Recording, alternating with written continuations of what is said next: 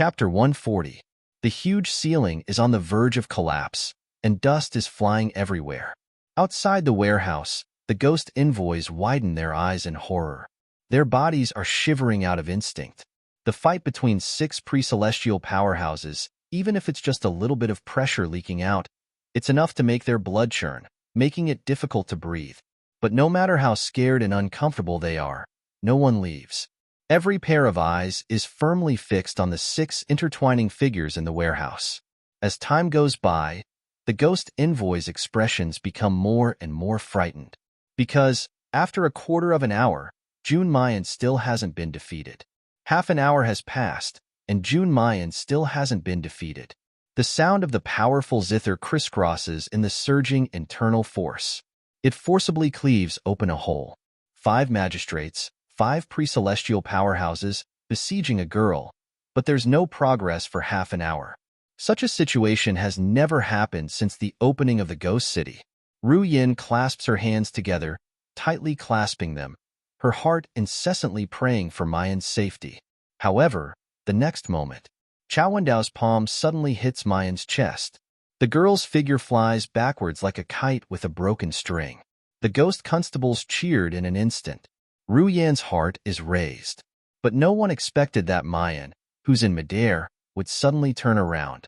Facing Magistrate Su's direction, the sound of the Tian Emo Qin suddenly changes, like a rustling cold wind, full of murderous intent.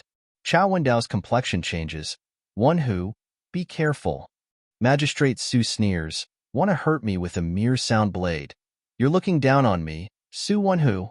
As he speaks, his figure doesn't retreat, but advances instead, suddenly pouncing towards Mayan. To put it bluntly, the strongest skills of a zither master are nothing more than long-range attacks and confusion. As long as he gets close, no matter how powerful Mayan's sound blade attack is, it'll be useless. When he catches this slut, he'll make her beg for death. However, it was also at this moment that he saw a charming smile blossom on the young girl's face right before his eyes. Just like the red spider lily that blooms in the blood-soaked land, enchanting and full of death. The next moment, the Tian Emo Qin in Mayan's hand suddenly disappears, and a sword appears in her hand. Boundless, profound energy surged out of her body like an avalanche. That was the sound of a blade piercing into flesh. Magistrate Su's blood-red eyes were wide open.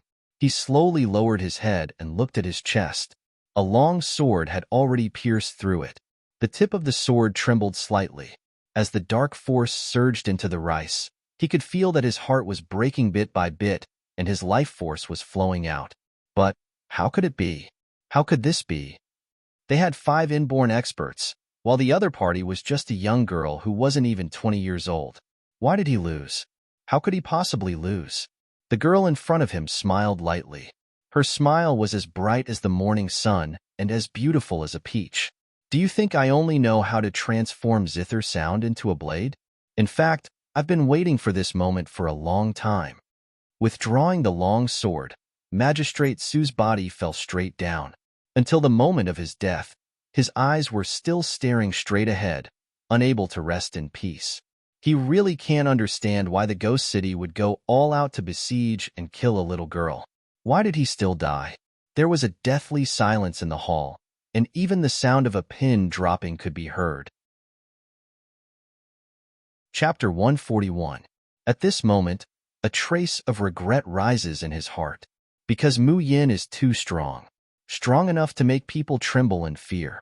And they have made such an enemy for the Ghost City. If they can't kill Mu Yin today, then in the future, as Mu Yin continues to grow, the consequences would simply be unimaginable. So today, Mu Yin must die. A cold light flashes in Chao Wendao's eyes, and he sternly says, "Everyone, we can no longer keep this person alive." The other 3 judges also have the same grave expression, slowly nodding. Surrounded in the middle, Mu Yan's complexion is as white as ice crystals, and the blue clothes on her body are already stained with blood. Her current situation is very bad. Under the siege of the 5 people, the internal force within her body has already been consumed by more than half. Chao Wendao's palm even makes her chest ache faintly. Even if she escapes the attacks of these 4 people, She has no way to escape in the ghost city. For Mu Yin, this is already a dead end. It should be a desperate situation that would make anyone panic and fear. But in such a hopeless situation, Mayan actually smiles. A pair of peach blossom eyes are charming and bewitching, like water shrouded in mist. There's a flame that slowly sprang up from the bottom of her eyes. It's excitement, it's joy, it's the desire to fight. She wants to see to what extent she can fight without the help of the Tiana Mo Chin. She also wants to know how much her strength has improved after 4 years in the mountains.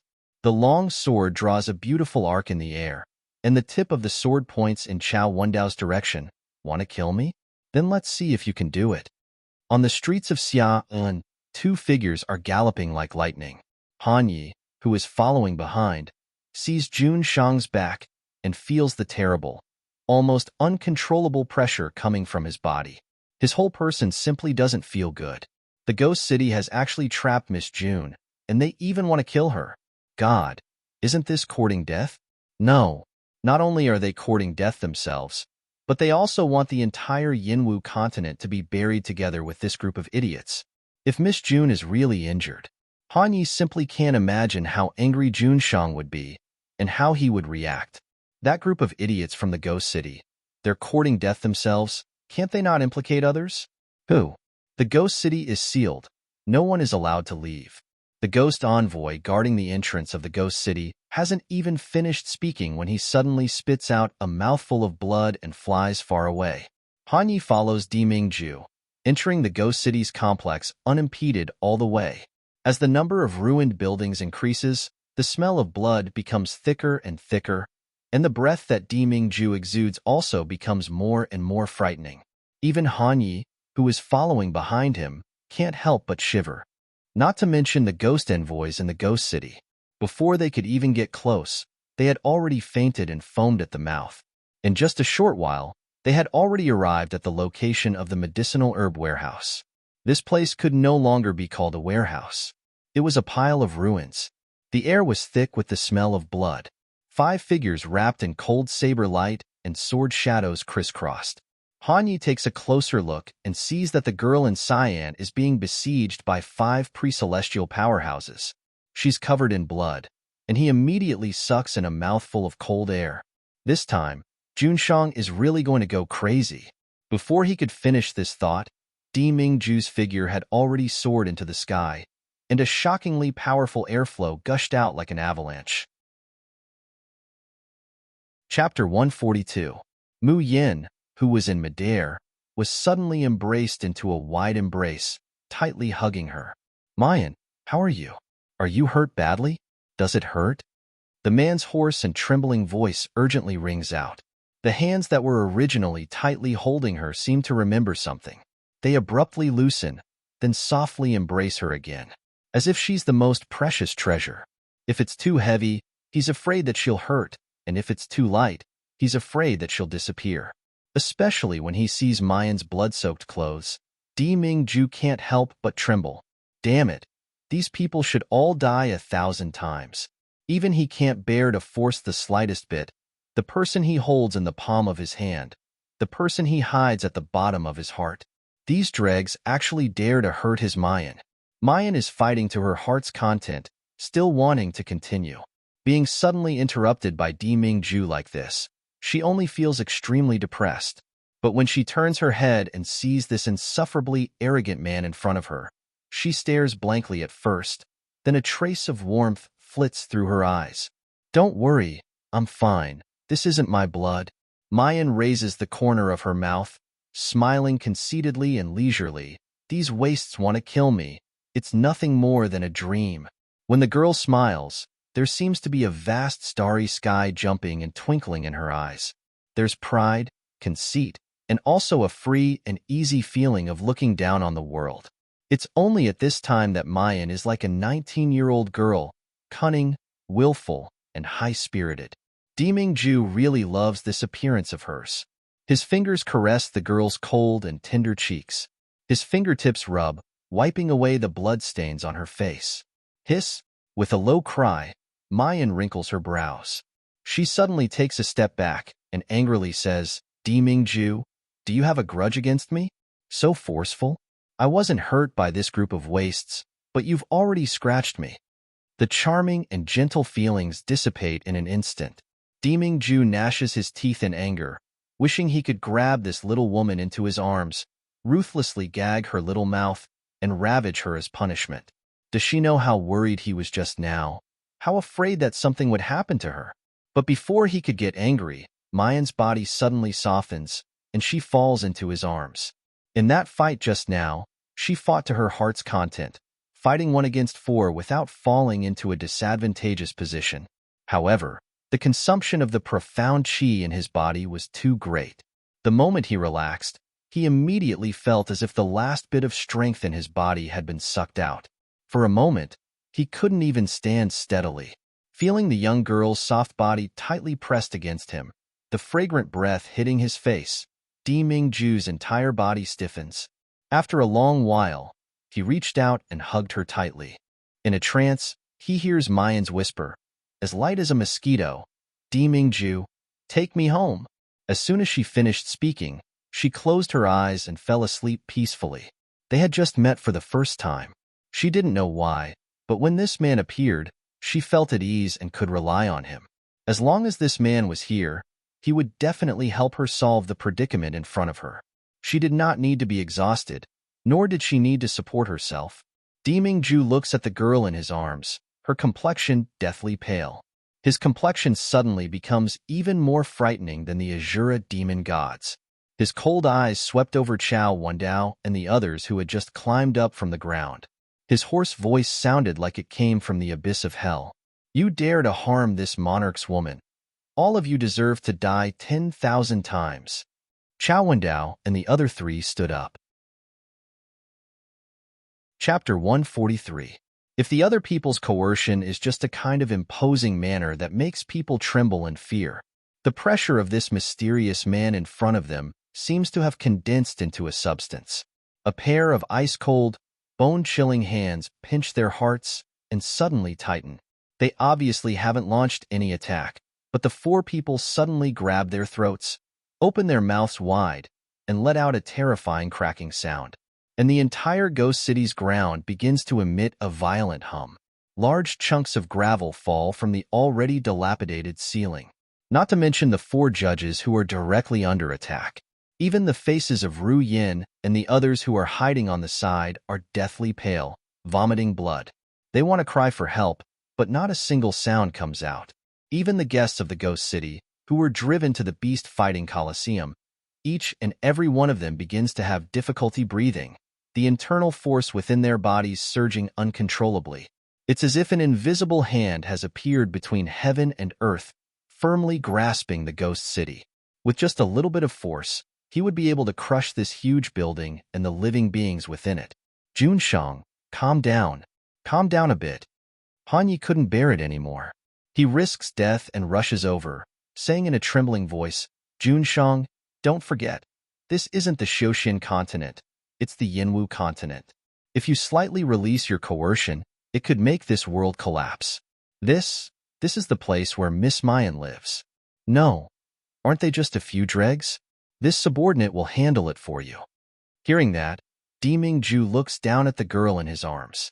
Even though he has tried his best not to let the coercion affect Mayan, the person in his arms still slightly frowns, as if she's sleeping very restlessly. Deming Ju's hand that is holding Mayan suddenly tightens. A touch of tenderness and heartache flashes through his eyes. The coercion on his body dissipates without a trace in the blink of an eye. Chao Wendao has just escaped from death, no longer caring about his dignity. With a thud, he kneels in front of Deming Ju. "We were wrong. We had eyes but failed to recognize Mount Tai. Please forgive us. Forgive the ghost city." At this moment, Chao Wendao and the other 3 are really regretting to the point that their intestines are green. The people of the ghost city are used to being tyrannical. How could they have thought that forcing an insignificant apothecary to stay would actually provoke these 2 fiends? Jun Mayan, a girl of only 18 or 19 years old, is all by herself, yet she has turned their ghost city upside down.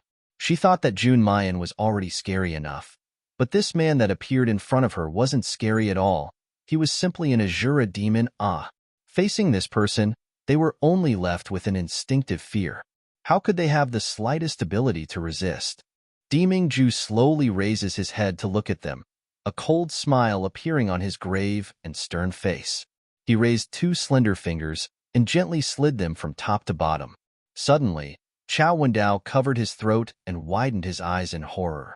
He opened his mouth, wanting to beg for mercy, wanting to scream, but blood rushed out from his lips and teeth, gushing out from between his fingers. Bang, bang, bang, bang. With four muffled thuds, the four infernal judges collapsed to the ground like corpses covered in blood. On the side, Han Yi sneers, thinking in his heart, injuring Miss Mayan, and you still want to escape unscathed? Wasn't that daydreaming? At this moment, Deming-ju's gaze is already looking at the surrounding ghost envoys. Everyone here has a part in hurting Mayan. He would not let a single one of them go. Chapter 144. Honored Sir, please be lenient. A cry comes from a distance. Then, a figure is seen approaching from afar as fast as lightning, urgently stopping in front of Deming-ju and Han Yi. They see that the person who has come is in his early 40s, even younger than Chao Wendao. But his temples are white, and the vicissitudes of life in his eyes make him look even more incomparably old. Seeing this person, many people in the ghost city cry out in joy. King of Hell! It's King of Hell! We're saved. The ghost city is saved. The person who has come is actually the person in charge of Xia En's ghost city, King of Hell Xia Yi. Everyone in the ghost city knows how powerful and frightening the King of Hell is. Although they are all pre-celestial powerhouses, 5 magistrates added together can't compare to a King of Hell. So when they see Xia Yi's arrival, the ghost envoys think that they're saved, each and every one of them almost crying tears of joy. However, what makes them shocked is that, when Xia Yi sees Deming-ju, not only does he not fly into a rage, he instead reveals a frightened and vigilant expression. He even instinctively takes a step back. His complexion changes again and again, and he finally slowly cups his hands. This one is Ghost City's King of Hell Xia Yi. May I ask for your honored sir's name? If my ghost city has offended you in any way, I hope that you will be magnanimous and let us go. As long as it's within the scope of our ability, my ghost city is willing to make any compensation. As soon as Xia Yi says this, the surrounding ghost envoys all suck in a mouthful of cold air, their complexions becoming increasingly pale. Even the King of Hell is afraid to this extent. Who is this man? What kind of fiend did they provoke this time? Han Yi sneers, stepping forward and saying, Compensation? You injured my madam. Do you think that by saying a word of compensation, you can get away with it? Hearing that, a mouthful of old blood gets stuck in Xia Yi's throat, and he can't spit it out. Just now, he glanced at the girl in Deming-ju's arms. Although she's unconscious, she's only exhausted and not injured at all. And what about his ghost city? Not only are 5 magistrates dead, more than half of the building has collapsed, and all the treasures and belongings have been completely lost. It can be said to be a heavy loss. Shouldn't he be the one who should be compensated? Han Yi sneers. Since you have nothing to say, then all of you should die as an apology to my madam. As he spoke, he unsheathed his sword, which gleamed with a cold light. There's no need for Deming-ju to make a move. Han Yi, with 90% of his cultivation suppressed, is already enough to make Xia Yi and the group of ghost envoys tremble, their faces revealing despair. Wait a minute. Suddenly, an aged voice shakily rings out. Surrounding and killing Miss June was the doing of Magistrate Su and his men. Me and Miss Ru Yin, we want to risk our lives to save Miss June. Please be lenient and give our ghost city a way out. Old Tao, who had followed Xia Yi in, knelt on the ground with a thud, his face full of pleading. Han Yi narrows his eyes. You risked your life to save my madam? Yes. It's all thanks to Miss June's medicine that I was able to break through the bottleneck. Miss June has given me and Miss Ruyan a new lease of life. How can we just watch as Miss June dies? Old Tao pointed to the heavens and swore, I dare to swear that everything I said is true. Please believe me. The reinforcements that Old Tao had requested were none other than the King of Hell, Xia Yi. Chapter 145. But for so many years, he hasn't asked Xia for anything in return. This time, he makes an exception for Mayan. Ru Yin kneels on the ground, her voice choking and trembling. I want to protect Miss June, but I'm too incompetent. In fact, I can't do anything for Miss June. If Your Excellency really wants to punish, then please punish me directly, because Miss June came to Ghost City precisely because she accepted my invitation. But please let the lives of the innocent people in Ghost City go. Han Yi sees that Old Tao and Ru Yin are speaking with sincerity, and his complexion improves quite a bit. He turns back to look at Di Mingju, but he sees that Di Mingju doesn't even look at them. He turns around and leaves while carrying the unconscious Mayan. In a moment of carelessness, his figure has already gone several meters away. Seeing the man's cold and lofty figure disappear, Xia Yi and the ghost envoys simultaneously breathe a sigh of relief. Ru Yin and Old Tao suddenly collapse to the ground, like they've just survived a disaster. Han Yi doesn't leave right away. Instead, he looks down at all of them. Seeing that the two of you are sincere in wanting to save my families, madam, I can let the rest of you go. But if there's a next time, and anyone in Ghost City dares to disrespect my families, madam, you know the consequences. When everyone hears this, they immediately go wild with joy. Each and every one of them swears that they won't dare to make a move against Mayan again. In the future, when they see Mayan, they will definitely worship her like an ancestor, not daring to be the slightest bit negligent. Han Yi nods in satisfaction. Soon after, his gaze falls on Xia Yi, a mocking smile appearing on his face. I really didn't expect that after 1,000 years, the Ghost City would actually fall to such a state. Can it only be maintained by relying on force and robbery? What a disgrace. Hearing that, Xia Yi raises his head, looking shocked. Your Excellency, what do you mean? The sneer on Han Ye's face slowly recedes, expressionless as he says, go back and tell Guyu. Within a month, let him explain clearly in front of Jun Shang how he hurt Madam today. Otherwise, prepare to disappear forever. Xia Yi suddenly widens his eyes, suddenly stands up and exclaims, You? Who are you people? Han Yi doesn't pay attention to him anymore. He sneers, then turns around and quickly disappears. Xia Yi stared blankly at his departing back, unable to come back to his senses for a long while. Old Tao couldn't help but whisper, Yama, what's wrong? Who are those two people? Xia Yi is silent for a long time. Only then does he silently murmur, Guyu, that's the highest person in charge of the Ghost City, the name of the Ghost Emperor. In the Ghost City, apart from the various Ghost Kings, no one knows of him. Why? Why would that man know? He wanted the Ghost Emperor to appear in front of Jun Shang within a month. What did he mean by that? Xia Yi suddenly turned around, ignoring the doubts of Old Tao and the others, and quickly left. He had to report this news to the Ghost Emperor immediately.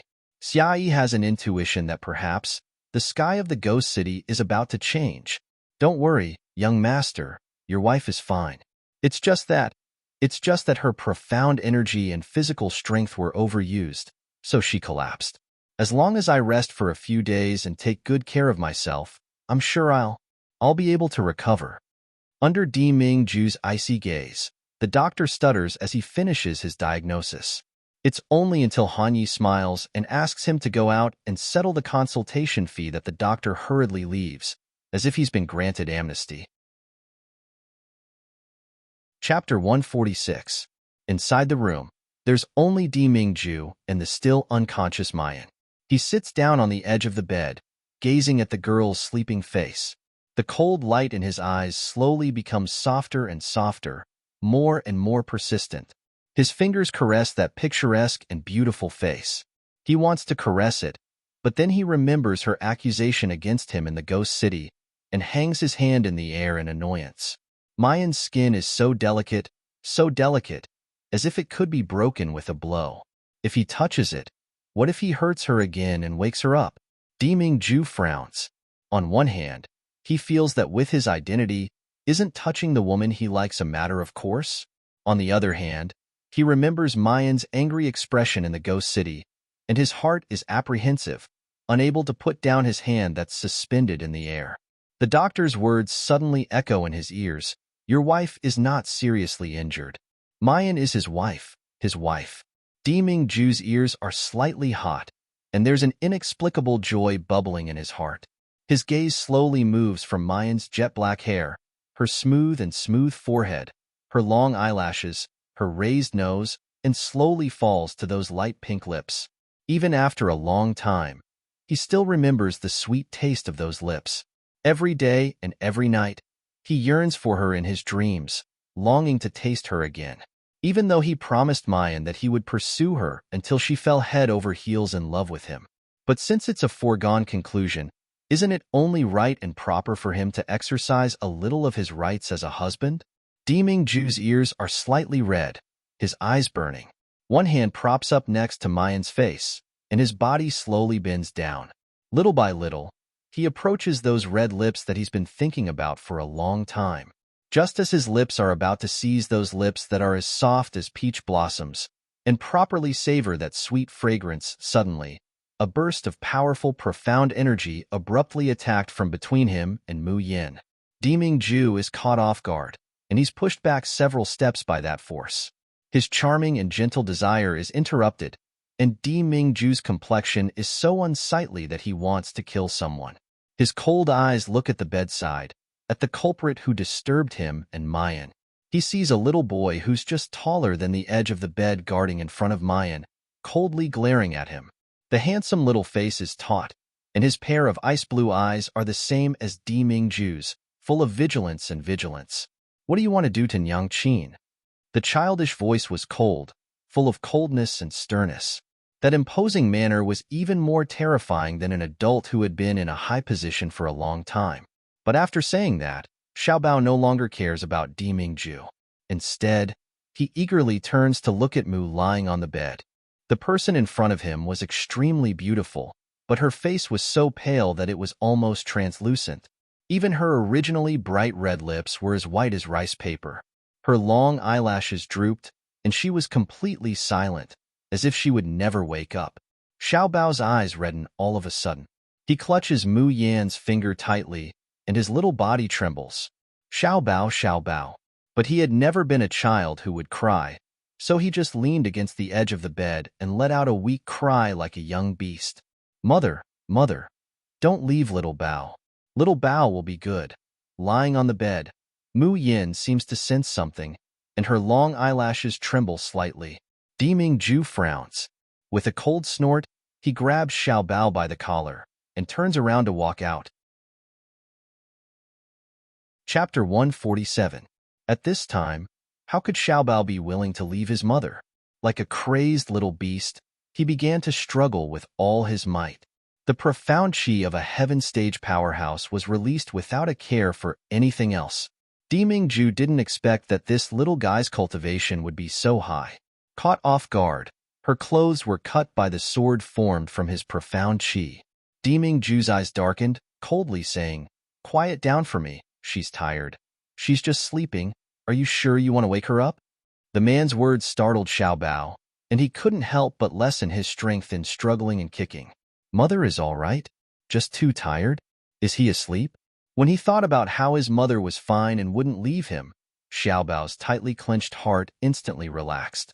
The rationality and calmness that did not belong to his age instantly returned. "Let me go." Xiaobao raises his head, not showing any weakness as he glares at Deming Ju. "I'm going to see Nyangqin. I promise I won't wake her up."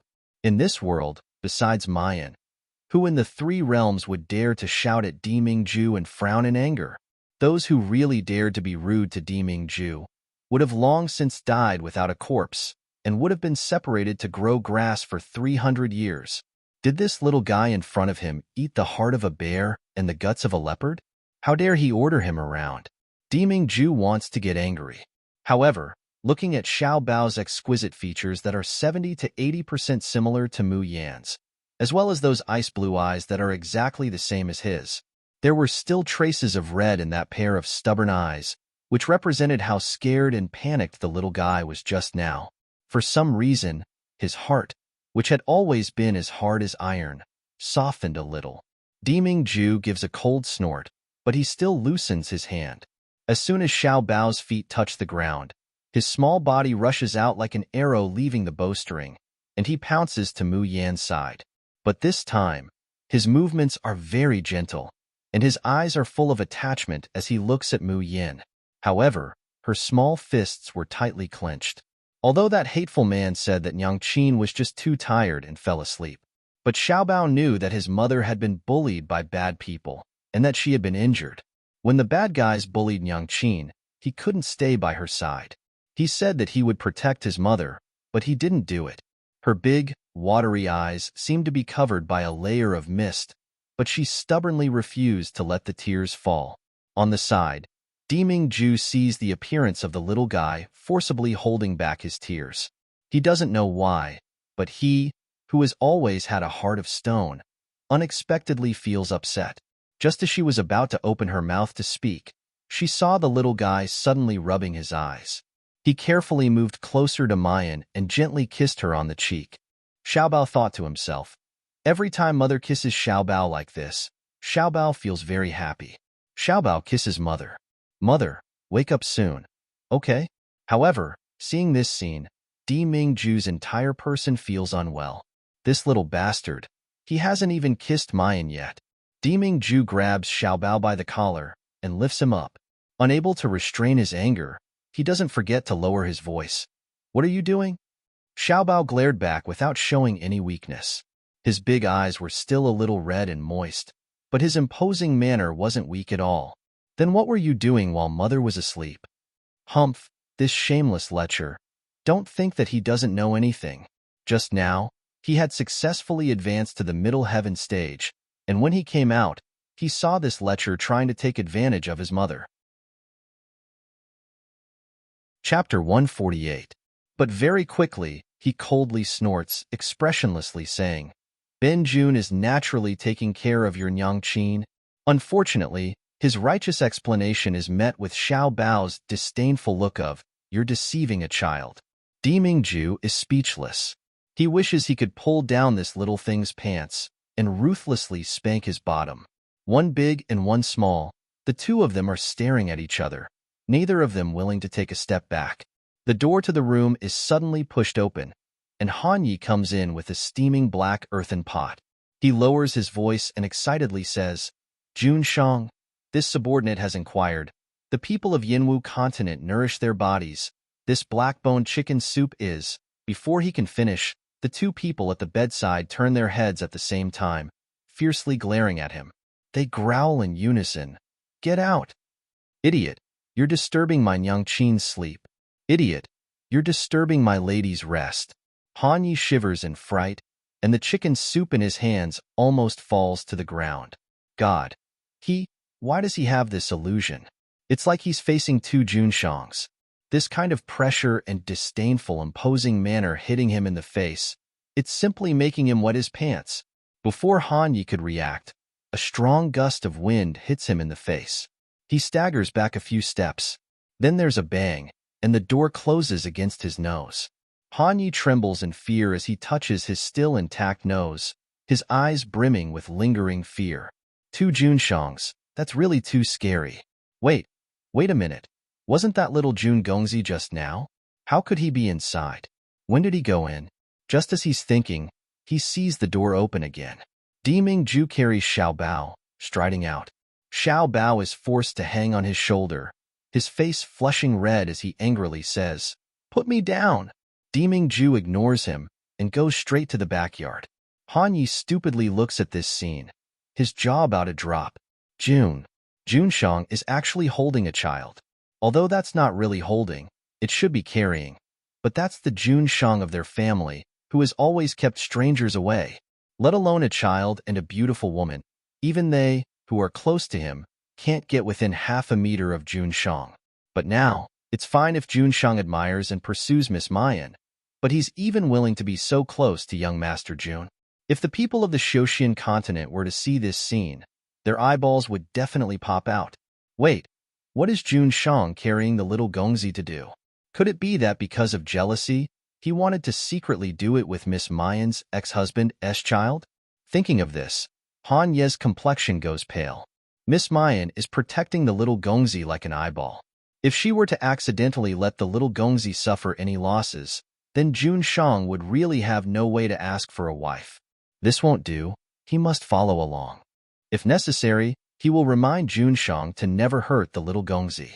After discovering that he can't resist Deming Ju, Xiao Bao doesn't cry out like an ordinary child. Instead, he clenches his small fists and quickly revolves the internal force in his body. Deming Ju quickly brings Xiao Bao to the backyard. Just as he was about to put him down, Xiao Bao suddenly launched an attack. She patted him on the shoulder, and her small body suddenly leaped into the air. At the same time, the internal force gathered in her palm turns into a sharp blade, and she ruthlessly swings it towards Deming Ju. Deming Ju's expression doesn't even change, and he casually waves his hand. Chapter 149. Xiao Bao's figure falls down from the air, steadily landing on the ground. But his expression is very unsightly.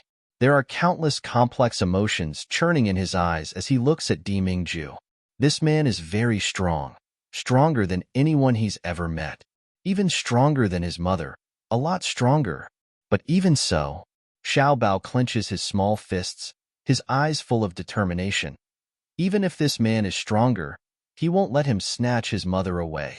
Deming Ju looks down at him, expressionless. You should be very clear that you're not my opponent right now, but I can give you a chance. Xiao Bao, what chance? Deming Ju turns his wrist, and a piece of vermilion jade drops down from his palm. There are golden tassels dangling from the jade, gently swaying in the sunlight, emitting a bright light. However, what's more captivating than the tassels is that piece of jade. It's obviously dull in color, and its shape is ordinary, but there are strange veins on it. Gazing deeply at it, it makes people feel as if they're immersed in a vast sea of stars, and even their souls are being cleansed. Xiao Bao has never fancied gold, silver, or treasures, but seeing this piece of jade, he's inexplicably attracted. There's a hint of longing in his big crystal-clear eyes. Deming Ju looks at him and says in a low voice, I'll give you a quarter of an hour. I won't use mysterious energy, and I won't attack. If you can snatch this piece of jade from my hands within a quarter of an hour, I'll give it to you, and I'll never appear by your mother's side again. Hearing this, Xiao Bao retracts his gaze from the jade pendant and looks suspiciously at Deming Ju. And if I can't do it? If you can't do it, Deming Ju pauses, and then says in a low voice, then you must accept the fact that I'm your mother's husband, your father. Hanyi, who has just arrived, almost stumbles and falls to the ground when he hears Deming Ju's words. Cold sweat is about to roll down his head. I say, Jun Shangdarin, can you not be so shameless? In order to chase after a wife, you're even starting to trick a child. Not to mention Xiao Bao, even he can't snatch the jade pendant from Jun Shangdarin's hands. Not to mention a quarter of an hour, it's impossible to do it in an hour. Jun Shangdarin, you're bullying Miss Mayan's son like this. Aren't you afraid that Miss Mayan will find you to settle accounts? However, Xiao Bao was not easily fooled. With a taut face, he refused without the slightest hesitation, liar. You're not mother's husband. The light in Deming Ju's eyes darkens, saying word by word, there will come a day when Mayan will become Ben Jun's wife. It's just a matter of time, that's all. But this has nothing to do with you. You only need to know one thing. If you lose today, you must accept the possibility of me being your father in the future. Xiao Bao frowned slightly and didn't say anything. Deming Ju sneers, contemptuously saying, what? Ben Jun has already let you reach this point, and you still don't dare to try? You said you want to become strong to protect your mother, but you only have this little courage and boldness? No matter how smart Xiao Bao was, he was still just a 4-year-old child. What's more, protecting his mother and becoming stronger were his weaknesses. Goaded by Deming Ju like this, her little face suddenly lifts up, her big eyes bursting with a prairie fire. Fine, I'll bet with you. If you lose, you're not allowed to snatch my mother from me in the future. As soon as Hanyi hears their conversation, he immediately covers his face in shame and turns his head away. Junshang, can you be any more shameless?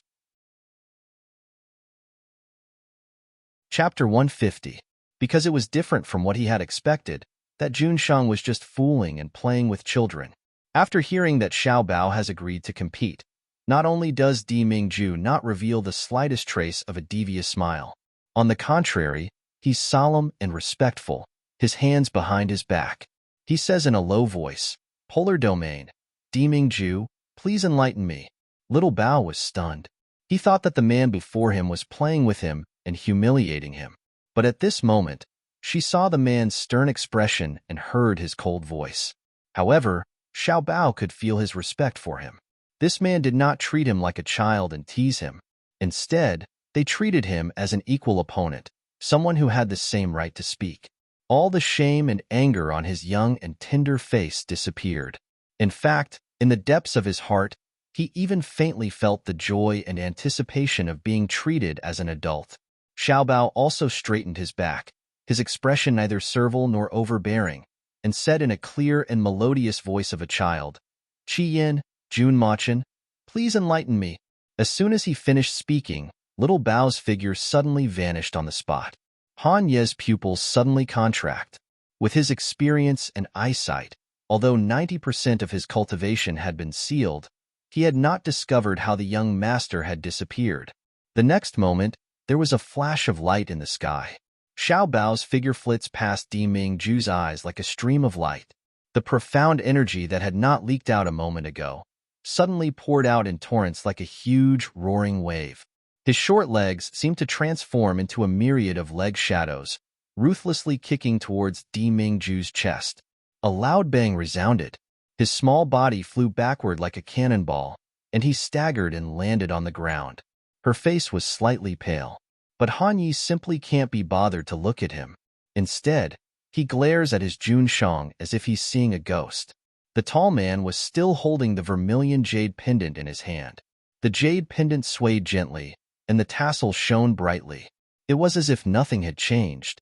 But Han Yi clearly saw that just now, just when the little Gongzi used that shadowless kick just now, Jun Shang actually took a step back. But that's his Jun Shang. Even if he didn't use his Xian Qi and sealed his spiritual power, his powerful physical body was still unique in the world. Even if he used all his strength to kick Jun Shang, he still wouldn't be able to make Jun Shang budge. However, the little master actually did it.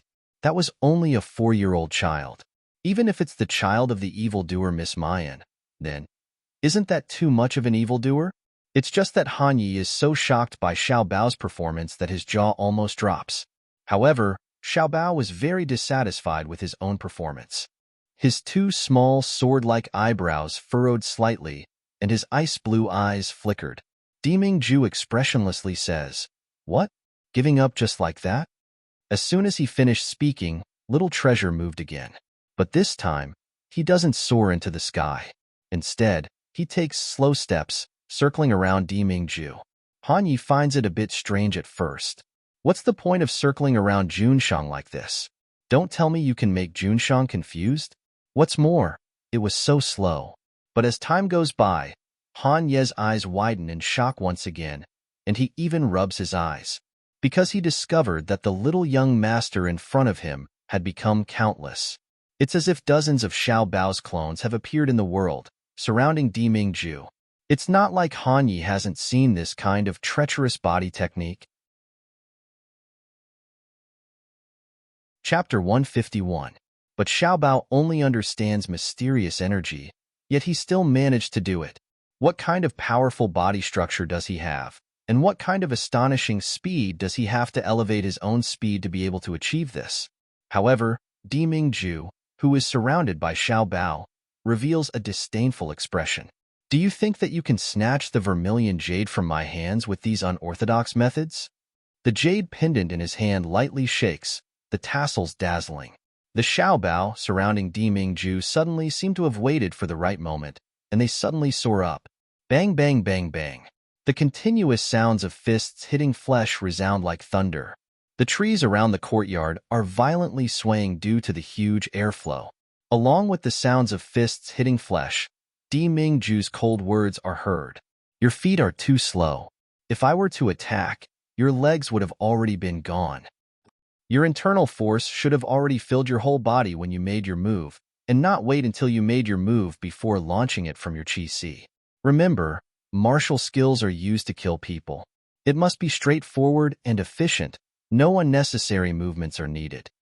If you can't utilize every bit of internal force to the extreme, you can't become a true expert.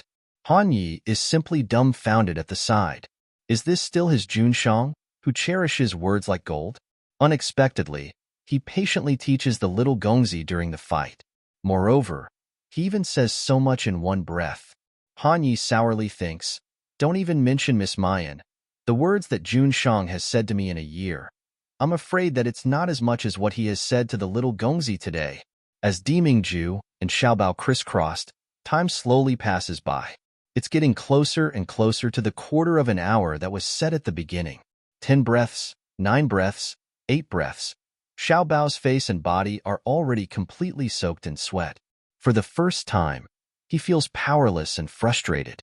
At this moment, he clearly realizes that even if the man in front of him lets him go like this, it's still impossible for him to win. But in those big, wet blue eyes, there's no discouragement or despair. On the contrary, there's a blazing flame. Because Xiaobao believes that one day, he will become stronger than this person. Mother had said that she was still young and this man was much older than her. When she grew up, she would definitely defeat him. Dimingju looks at the unyielding fighting spirit and flame in the little guy's eyes with satisfaction. He says a rare word of praise. You're even more outstanding than I imagined, truly worthy of being Mayan's son. The only thing lacking was that his temper was too bad. Humph, this must have been inherited from Xiaobao's father. Trash. However, before Dimingju could finish speaking, an unforeseen event occurs.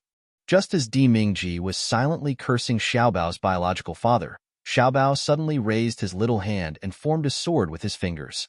A ray of profound qi condensed into a blade and suddenly shot out. There's a ripping sound, and the jade pendant rope in Dimingju's hand is cut. At the same time, little Bao's figure flashed out like a bolt of lightning and grabbed the jade pendant. The air seemed to freeze at this moment. Han Yi gapes, unable to close his mouth for a long time. Dimingju's expression is stiff on his face, his eyes filled with disbelief. A rare crafty smile appeared on Xiaobao's eternally cold face. The clear and melodious voice of a child resounded in the courtyard. You defeat me. Kala. Han Yi seems to hear the sound of his Junshang's heartbreaking. Chapter 152. Junshang, you mustn't go crazy, ah? Even if you're crazy, don't vent your anger on your subordinates. However, what surprises him is that after a few breaths, Dimingju comes back to his senses, but doesn't fly into a rage out of humiliation. His face was expressionless, but he said resolutely and decisively, "No, you're the one who lost. Because the time has come." Little Bao's little face instantly sank, and he said coldly, "He hasn't arrived yet. We're here." The two men turned their heads at the same time, fiercely glaring at Han Yi. "You tell me, is the time up or not?" Han Yi suddenly quivers. With a bitter face, he shakily says, "This subordinate, I, at the last moment, I was too nervous and forgot to count the time."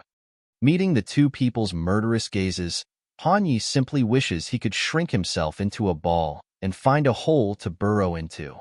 But he really didn't know. When the young master snatched the vermilion jade, did a quarter of an hour pass or not? This would probably become a riddle that would last for thousands of years, and no one would be able to confirm it. Dimingju and Xiaobao simultaneously turned their heads, glaring at each other. "You lost. You lost. It's not time yet. We're here. You're shameless." Humph. Han Yi has never seen his Junshang so childishly bickering with others. Seeing that the two of them were in a stalemate, it was unknown how long the stalemate would last. He couldn't help but swallow his saliva.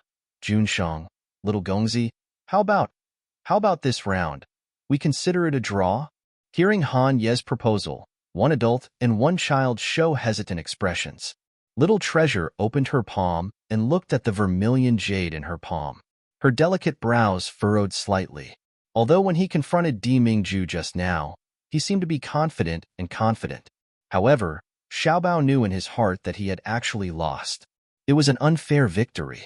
Moreover, She felt that he didn't seem happy that this man would never appear in front of her and her mother again. Xiaobao frowned again. It wasn't that he was reluctant to part with this lecher. It's just that, after all, he saved his mother. So, should he admit defeat? Just like Nyang Qin said, a man must openly admit his gains and losses, success and failure. However, he really liked this piece of vermilion jade. From the moment he saw this piece of vermilion jade, he felt a sense of familiarity, so much so that he didn't want to part with it. It was as if he had seen his mother. Xiaobao wanted to give this piece of jade to his mother. He felt that his mother would be very happy if she got her hands on this piece of jade. Unfortunately, he lost. A loss was a loss. There was no reason to deny it. With a cold face, Xiaobao slowly hands the jade over to Dimingju. I'll return it to you. However, the reluctance in those big eyes could be clearly seen. Dimingju takes the vermilion jade, his fingers gently caressing it. Looking at Xiaobao's lingering gaze, a rare look of hesitation appeared on his face. If it was anything else, he would have given it to the little fellow. But this piece of jade, Dimingju himself doesn't know where this piece of vermilion jade came from. He only knew that after an accident 5 years ago, this piece of vermilion jade had appeared by his side. The vermilion jade itself was not precious, even if there were mysterious patterns on it. Otherwise, it would be impossible to pass through the barrier of the 3 realms and be brought to the Yanwu continent. However, Dimingju doesn't know why, but he's been carrying this piece of vermilion jade with him all these years. There's always an inexplicable feeling in his heart. This piece of vermilion jade is very important to him. Chapter 153. Although the jade is very important, but marrying Mayan is even more important. Dimingju stretches out his hand in front of Xiaobao, slowly spreading it out. Do you want this jade? Xiaobao raises his small head, staring at him without blinking. Dimingju expressionlessly looks back at him. I will only give you this one chance. If you don't want it today, you won't have another chance in the future. Sure enough, an eager expression immediately appears on Xiaobao's face. His white and tender little hand goes to grab the jade. Dimingju's hand moves to the side, unhurriedly saying, the condition is that you cannot obstruct me from being with your Nyang Qin. Xiaobao frowns and glares at him. Nyang Qin will not agree to marry you. Humph, this is Binjun's business. It has nothing to do with you. You just have to promise not to obstruct and not to make trouble.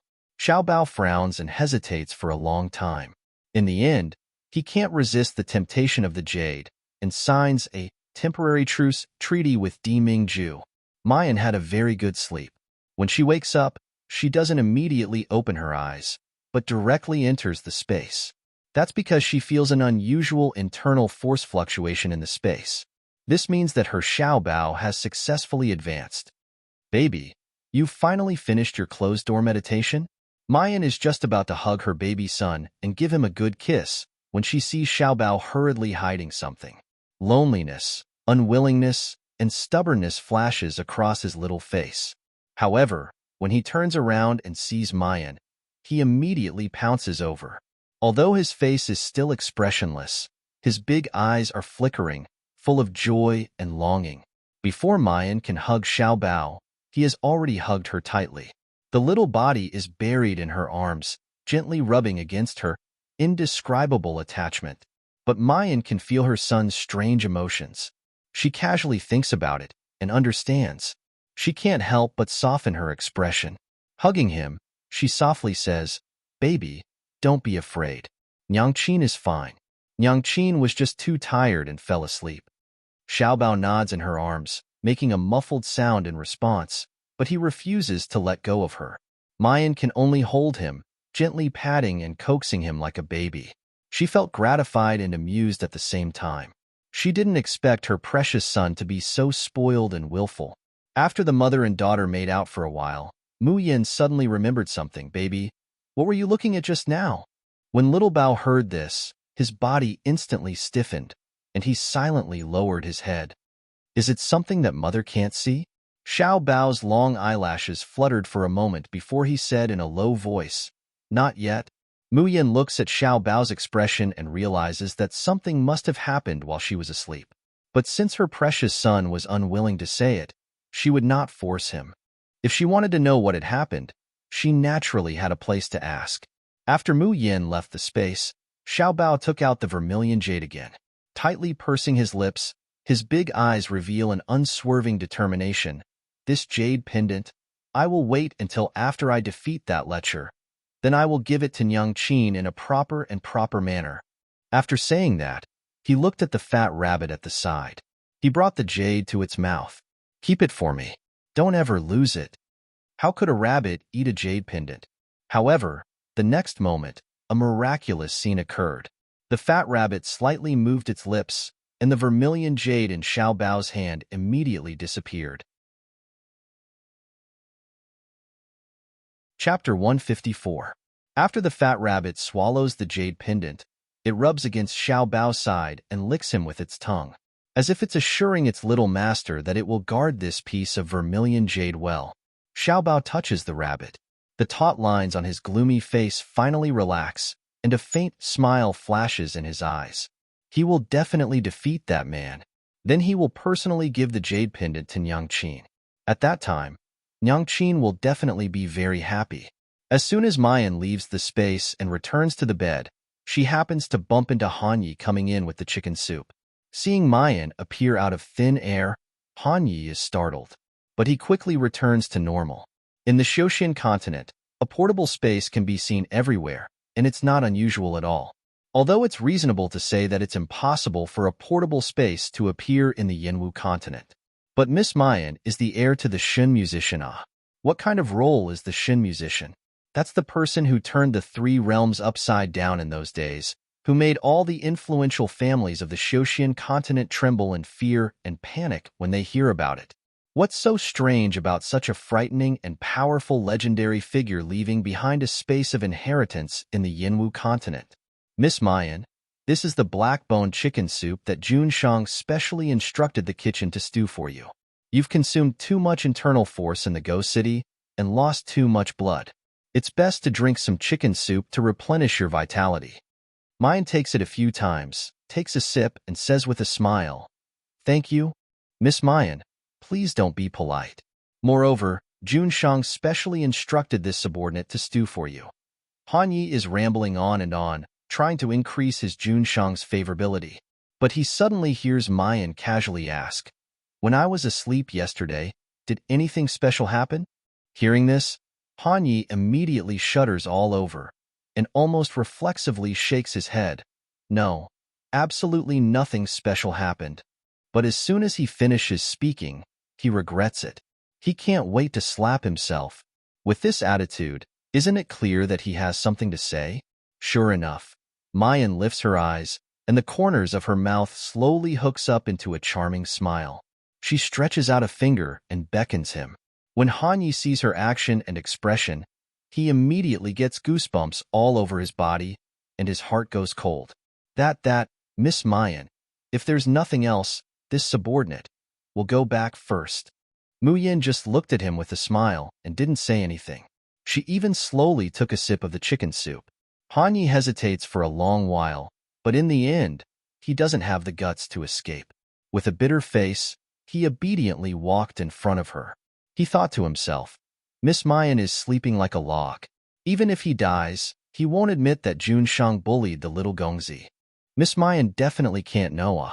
Who knew that Mayan's next words would almost scare him to the point of pissing his pants. Tell me, while I was sleeping, what did your Jun Shang do to my son?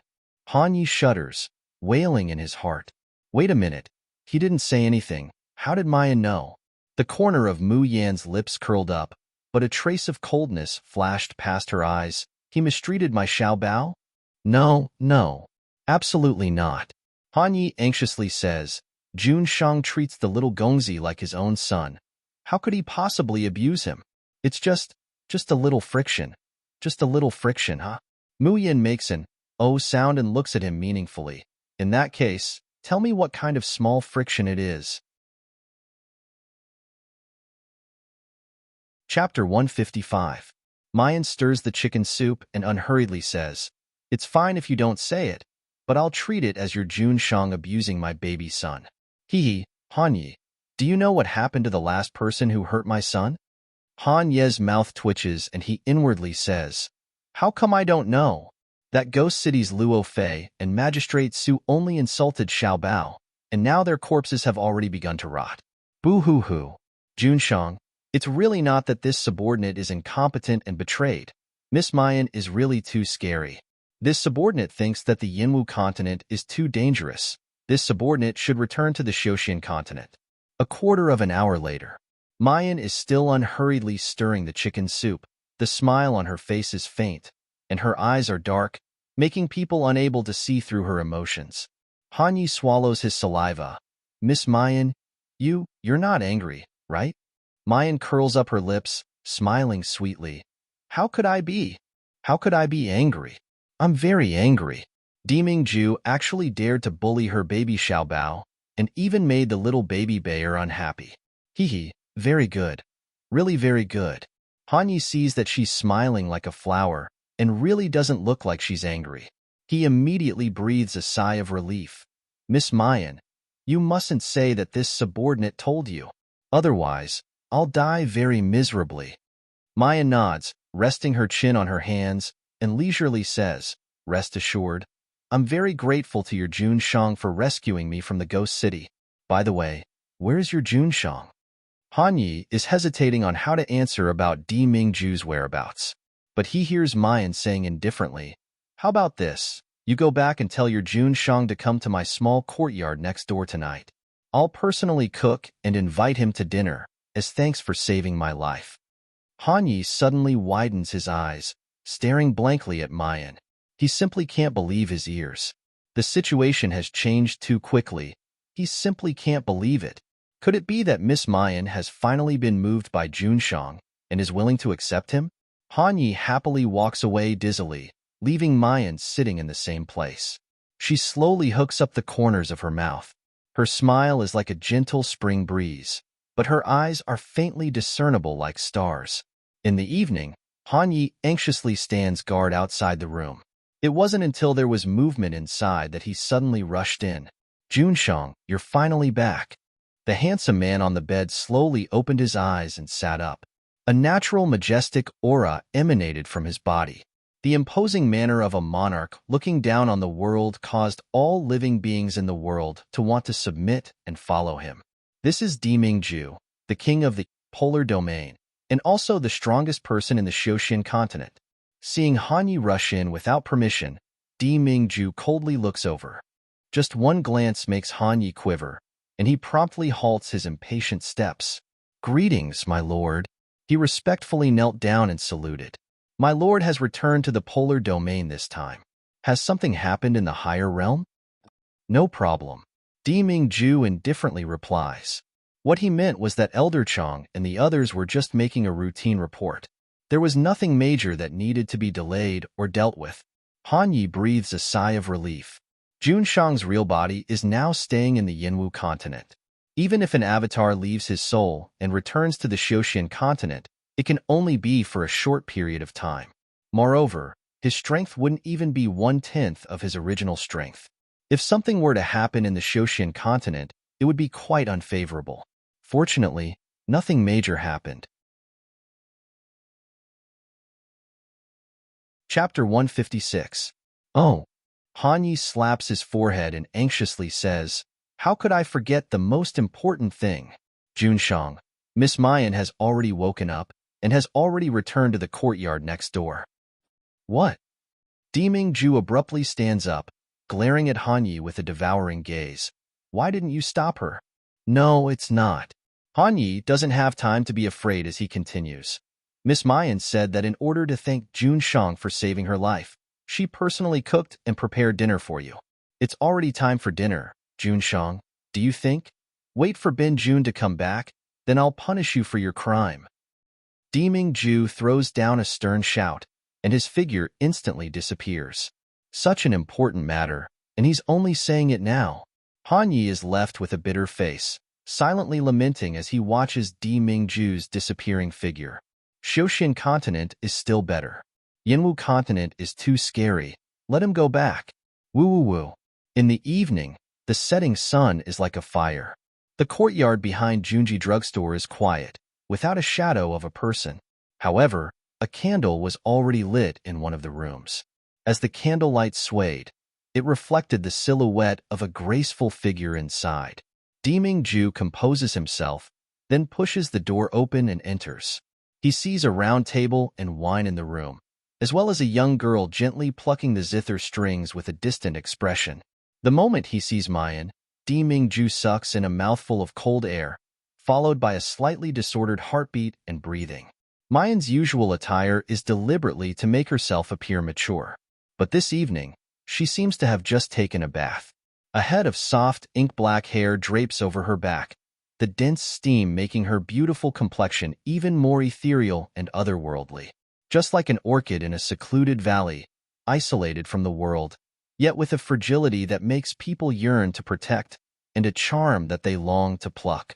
She's only wearing a white dress. Her waist is tightened with a belt of the same color, making it look slender, like a weak willow swaying in the wind. The delicate collarbone that is slightly exposed, and the white, almost transparent eye skin, makes Deming-ju's mouth even more parched. A burst of heat frantically leaps down his body.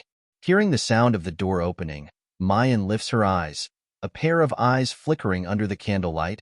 Jun Shang has finally come? Deming-ju takes a step forward, inadvertently arriving in front of her. The door behind him closed on its own. One of them raised his head, and the other looked down. As their eyes met, there seemed to be a strange flame burning between them. I said, "Call me by my name." Deming-ju opens his mouth, but it's this sentence. That persistent tone and childlike stubbornness makes Mu Yin want to laugh. "All right, Deming-ju, aren't you here to eat? Don't you want to see the food I prepared for you?" Deming-ju purses his lips, thinking, Bin Jun wants to eat you even more. But Mayan actually said that he had personally prepared the food for her, so he naturally couldn't disappoint her. There was a round table in the middle of the room. On the table, there were 7 or 8 bowls and plates. Each plate was covered with a porcelain bowl. Beside the lid of the porcelain bowl, there was still faint steam coming out. Clearly, as Mu Yin had said, it had just been prepared. However, when Deming-ju opens the lid of the bowl, even with Jun Shangdaren's grave and calm demeanor, he can't help but be struck dumb at this time, only to see that the food on the plate isn't some delicacy that looks, smells, and tastes good. Instead, it's a black, charred lump of some unknown substance. The most frightening thing is that the juice flowing at the bottom of the plate is actually a terrifying dark green color. One by one, the lids of the bowls are completely opened. Chapter 157. Some of them even emit a pungent smell. Is this food that people eat?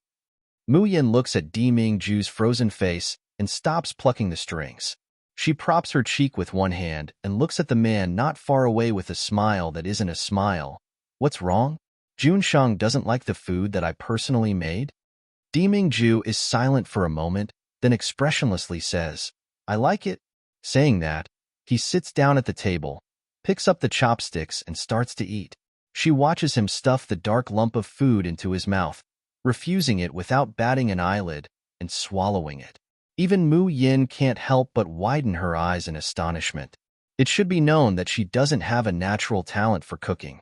Otherwise, she wouldn't have needed a little bean sprout like Xiao Bao to take care of her diet for 4 years in the mountains. Not to mention dogs, even the things that she makes are disliked. Even her dear Xiao Bao was determined not to take a bite of it. But this Deming-ju actually eats it all without batting an eyelid. She watches as he really finishes a dish. Mu Yin is a little unperturbed. You really want to eat it? Deming-ju casts a sidelong glance at her, coldly and indifferently saying, as long as it's Madam's cooking, no matter what it is, Bin Jun will love to eat it. Mu Yin. Who the hell is your madam? After a strange silence, Mu Yin suddenly hooks up her lips and chuckles. There's food without wine. There's wine without music. It's not a blessing in life. How about I play a song for Junshang? Deming-ju coldly stares at her, neither speaking nor moving. He has a seething appearance. Mu Yin instantly understands. Deming-ju? However, This time, Jun Shangdaran is still not satisfied, too unfamiliar. A posture that says, if you don't call me, I won't eat and won't listen to the song. Mu Yin grits her teeth and finally squeezes out 2 words, a Jew. It should be a very humiliating thing for a dignified Junshang to be called a Jew. But Deming Ju seems to be satisfied and continues to eat the food that is even more terrible than pig's food. Mu Yin can't help but touch her cheek. Calling out a Jew in such an intimate way, Deming Ju doesn't have any reaction, but she herself inexplicably blushes and her heart beats, unable to control herself. After taking a deep breath and calming down, Mu Yin begins to gently pluck the strings. The melodious music flowed from her fingertips and slowly lingered in the room. Deming Ju was originally just concentrating on eating pig's food and concentrating on looking at his wife. But slowly, he discovered that the blood in his body seemed to be gradually boiling. Then, all the heat in his body converged towards a certain part of his body. As for Mu Yin, who was not far away, in his eyes, every inch of her seemed to be filled with charm and enchanting. That small pink mouth that opened and closed slightly, that snow-white skin that was faintly discernible under the lapel of her robe, that plain white finger that lightly plucked the strings of the zither, it seemed to be stirring up the fire of lust within his body. Deming Ju couldn't bear it anymore. He abruptly stands up and strides towards Mayan. The sound of the zither abruptly stopped. Deming Ju picks Mayan up from her seat, his tall figure tightly wrapped around her slender body. His scorching breath landed on the girl's delicate and faintly pink cheeks. Mayan, Ben Jun is pleased with you. He uses a hoarse voice to say the words that had been buried in the bottom of his heart for a long time. His big hand presses down on the nape of Mayan's neck, and he leans over to grab those pink lips, ruthlessly ravaging them in an instant. Ever since they parted at Jin Hongmin, he was thoroughly rejected by Mayan. Chapter 158. Mu Yan's small mouth, her breath, everything about her. It's as if it's poisonous. With just a little touch, he's unable to extricate himself, unconsciously becoming addicted. Just like countless years ago, they should have been one, and Mayan should have belonged to him. Today's Mayan is also very well behaved and obedient, which is rare. Even though she was in his arms, she did not struggle or scold him. On the contrary, his eyes were even brighter than the moonlight. However, just as Deming Ju is about to take the sweet little mouth he's been longing for into his mouth, her pink lips opened and closed slightly, spitting out a lazy and smiling voice.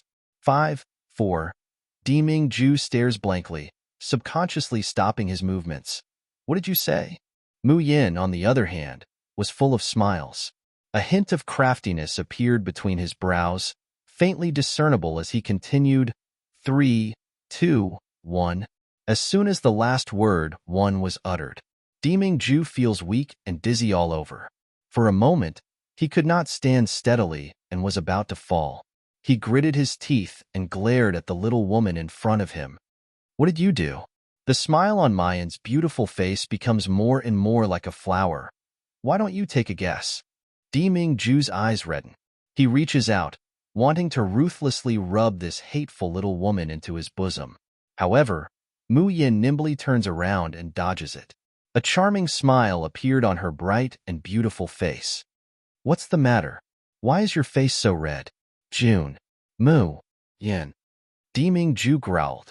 Mayan brushes back her loose black hair and says with a sweet smile, Why is Jun Shang so angry? Do you feel very uncomfortable?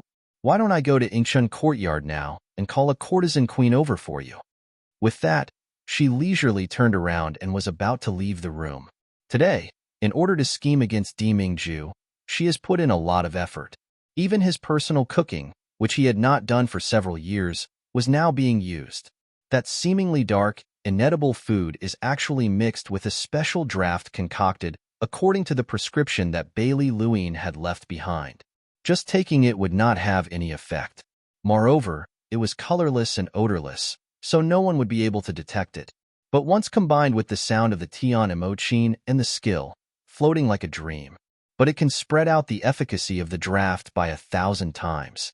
Even if Deming Ju's strength is out of the ordinary, and his body is more valiant than an ordinary person's, he still fell into the same trap. Hee. Deming Ju dares to bully her precious son. Then she would let him know why flowers were so red. However, Mu Yan's hand has just touched the doorknob. His body suddenly soared into the air, his feet leaving the ground. When she came back to her senses, she had already been thrown onto the bed. The man's strong and scorching body firmly pressed against her, not giving her any room to move. Woman, you're playing with fire. Deming Ju's voice is unbelievably hoarse. His crimson eyes are looking down at her from above, ferociously glaring at her, as if he'll swallow her into his belly in the next moment. Mu Yan's breathing has a rare hint of disorder. How did you break free from the effects of the drug? It was written in Bailey Liuen's notebook. This kind of draft is modified according to the characteristics of some medicines before she crossed over. Even the cultivators of the Xiaoxian continent would not be able to resist for a short period of time if they were struck by it.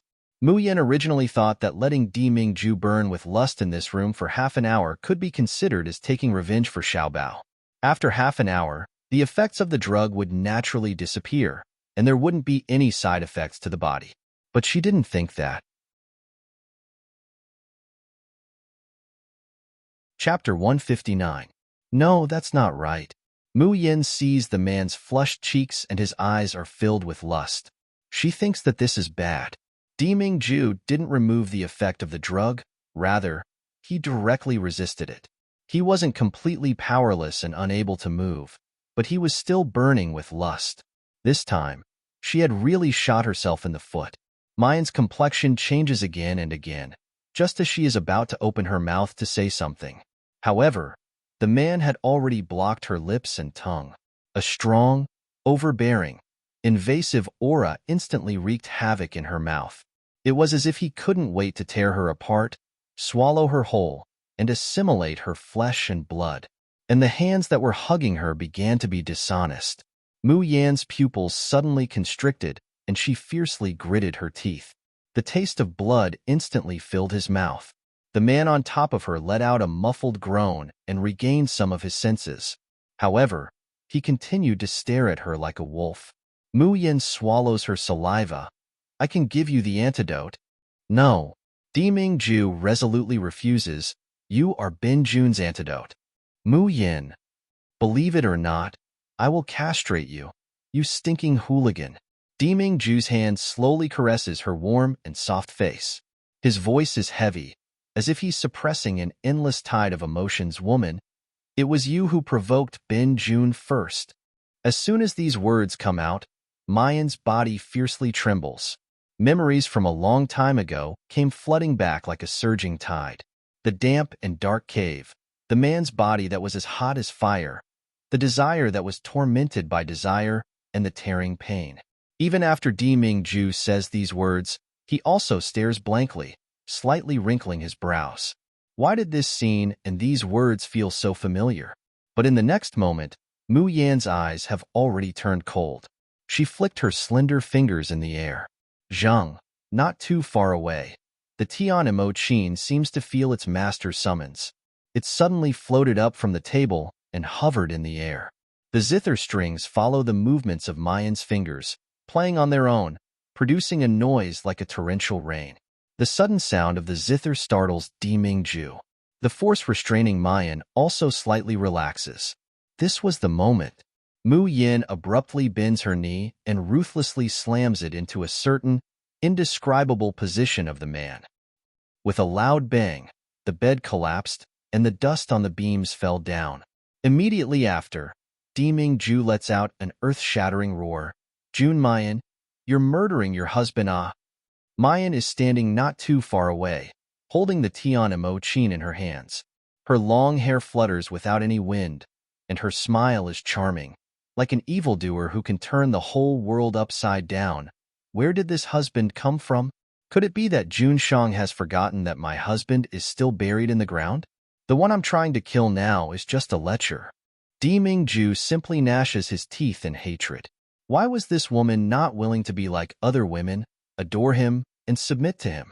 Could it be that those women in the Xiaoxian continent who were like bees, who tried every possible way to throw themselves at him, were all fake. But the more Mayan acts like this, the more he loved her, the more he loved her. Even if her clothes were neat and tidy, her expression calm and carefree. But Dimingju can only watch as his whole body heats up. He can't wait to press this hateful woman under his body and wantonly rub her, making her a part of his body. It's clear that the draft's effect isn't the least bit useful to him. However, he found it even harder to control himself than if he had been drugged by the most powerful aphrodisiac. Chapter 160. Dimingju stares at the woman in front of him and slowly takes a step forward. But as soon as he moves, the sound of the zither turns into a blade, carrying a swift and fierce momentum as it pounces towards him. Mu Yin says with a smile, "Dimingju, are you forcing me?" Seeing the coldness in the girl's eyes, Dimingju abruptly stops. His congested brain slowly calms down. Of course, he won't force Mu Yin. This is the woman he wants to marry as his wife, to accompany him for the rest of his life. How could he bear to force her even a little bit? What's more, what kind of person is he, Dimingju? He can't pursue the woman he likes, so he's actually forced to the point of using force? If this gets out, would he still have the face to stand in the Shoshin world? The lust in Dimingju's eyes slowly recedes, but the fire of unwillingness and jealousy burns up. You can't forget that man who's already dead? A man who's already dead? Can't forget? Mu Yin stares blankly at first, then she suddenly sobers up. Dimingju is talking about her groundless lurking. Ahem. Mu Yin coughs a little guiltily. When she looks up at Dimingju, she's already confident and confident.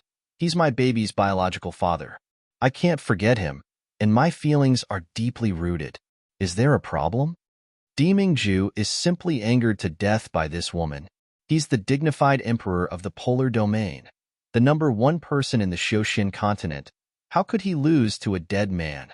In the end, is that man more handsome than him, stronger than him, or is he better to Mu Yin than him? Mu Yin looks at the man in front of her, his eyes spitting fire, his eyes full of murderous intent. She's about to explode from anger. But even if he's angry to this point, he hasn't hurt her in the slightest. Mu Yin's heart can't help but soften a little.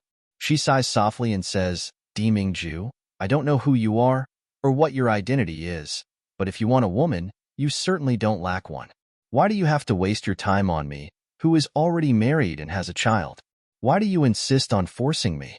After living again, her heart has become too hard and too ruthless. Apart from Xiaobao and revenge, there's no room for anything else. Moreover, there was still her unbearable experiences. Even if more than 10 years had passed, it was impossible to erase them from her life. Even her strength and Dimingju's status are like heaven and earth. They were not suitable for each other after all. Dimingju abruptly takes a step forward, looking down at her from above. He unwaveringly glares at her. If Benjun insists on wasting time, insisting on insisting, Mayan is sluggish. She slightly lowers her eyes, not daring to look at the man's blazing eyes. Dimingju, just give up. Before she could finish, she was interrupted by the man's cold voice. "Jun Mayan, Benjun said that if you aren't tempted, then Benjun will pursue you until you're tempted. If your heart belongs to someone, then Benjun will wait until there's only me in your heart. But if you want to throw Benjun off and abandon me after you've started, dream on." After saying that, Dimingju doesn't wait for Mu Yan's response. He turns around and leaves. He was afraid that if he didn't leave, he wouldn't be able to stop himself from strangling this heartless woman. Mu Yin, who was left in place, was dumbfounded for a good while before he suddenly came back to his senses. "Wait, Dimingju, tell me clearly. What have I done that you're accusing me of using you and then abandoning you? This man was so shameless. Junshang, you're back? How does Miss Mayan's cooking taste? You?"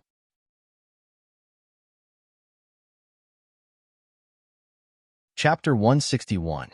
Han Ye's voice comes to an abrupt halt under Dimingju's murderous glare. He shrinks his neck, then shrinks his neck again, desperately reducing his presence. It's over. Miss Mayan must have retaliated against Junshang because of the little Gongzi's matter. If Junshang finds out that he was the one who complained to Miss Mayan, then he might not be able to see tomorrow's sun. Han Yi is just thinking about how to escape without leaving a trace. Dimingju suddenly frowns and raises his hand slightly in the air. In a split second, several glittering golden characters appear in the air. Junshang, someone has found traces of a Shun musician. Return quickly. Dimingju's expression suddenly turns cold, his whole body instantly tensing up, even though he was just angered half to death by that little bastard Mayan. However, the whereabouts and news of the Shun musicians must not be leaked in the slightest. No one knows better than Dimingju how cruel and ruthless the entire Xiaoxin continent, and even the Xiaojin continent, were towards the Shun musicians 1,000 years ago. And no one knows better than him how the major forces of the Xiaoxin continent are afraid of the Shun musicians. Although Mayan has inherited the Shun musicians' inheritance, she is still too weak at the moment. If those people know of the existence of Mayan, the successor of the Shun musician, the consequences would be unthinkable. Dimingju says in a low voice, "In a few days, I will return to the Xiaoxin continent." Han Yi also completely restrains his joking manner, frowning as he asks, Junshang wants to use the Wanzhongge Yuan technique? Wanzhonggue Yuan technique, although it is also a clone of the soul, but it can condense into a real entity, and the time it takes to descend to the Xiaoxin continent will be extended by a lot. But at the same time, Junshang's main body in the Yinwu continent will fall into a real slumber, without the slightest power to resist. Seeing Dimingju nod, Han Yi doesn't say anything else, but bows and says, Junshang, rest assured, this subordinate will not leave your side for even a step. Right, Junshang, do you want to leave a message for Miss Mayan? For example, send another love letter or something. As for protecting Miss Mayan, Han Yi thinks that only in the Yinwu continent, those who want to hit on Miss Mayan should be mourned, right? Han Yi asks this question, thinking that Dimingju will gladly pick up his pen. At the same time, he also asked him to send a few boxes of gold, silver, and jewelry over. Who knew that when Dimingju hears this, he would gnash his teeth and spit out 3 words. No. Must. Yes. Humph. He was going to leave that woman hanging for a few days. Let her know that this emperor's sincerity and friendship isn't something that can be casually trampled on. In short, our Junshang is jealous, envious, and has a fragile heart. However, Mu Yin on the other side is completely unaware that she won't be able to see a certain Tsundra Junshang for a long time. Early the next morning, Mu Yin takes Xiaobao out. Baby, in order to celebrate your advancement to heaven rank middle rank, Mother will take you out to eat delicious food and buy new clothes, okay? Mu Yin is all smiles as she pinches her son's soft little face. Xiaobao's delicate and handsome little face is taut, his expression serious as he lets Mayan tease and ravage him. Mu Yin is tickled by her son's little adult appearance. She can't help but bend down to kiss his soft cheek, but little treasure dodged with a taut face. Mayan couldn't hold it in any longer, convulsing with laughter. It attracted the attention of passers-by. Chapter 162. Seeing that Xiaobao's face is red, Mu Yin finally stops teasing her son. Instead, she smiles and takes his little hand, continuing to walk forward. Xiaobao's face is bright red as he thinks Nyangqin is good at everything. It's just that she's too undignified. So many people are watching. However, he can't help but tighten his grip on Mu Yan's hand, his big watery eyes twinkling with star-like brilliance. It would be great if he could always be together with Nyangqin like this. Hey, little Gongzi, please wait. Mu Yin and Xiaobao have just finished their meal and are preparing to go back. As they pass by Jinbao Pavilion, the owner of Jinbao Pavilion hurriedly runs out and stops them. Mu Yin stops and turns back with Xiaobao, looking at the owner together. The owner promptly shows a fawning smile. Little Gongzi, do you still remember this one? A few days ago, you bought a pair of white jade earrings in our shop. I wonder if you've already given them away? Before Xiaobao can answer, Mu Yin is already smiling and flipping her long hair. The owner's earrings are really exquisite. I like them very much. It turns out that the little Gongzi gave the earrings to Mississippi. The little Gongzi is really good to your sister. The owner sees that Mu Yin is less than 20 years old and looks very similar to Xiao Bao, so he naturally thinks that Mu Yin is Xiao Bao's older sister. However, Xiao Bao doesn't accept it. His originally cold little face immediately turns frosty, and he grabs Mu Yan's little hand even tighter. The childish voice blurts out, "It's Nyang Qin."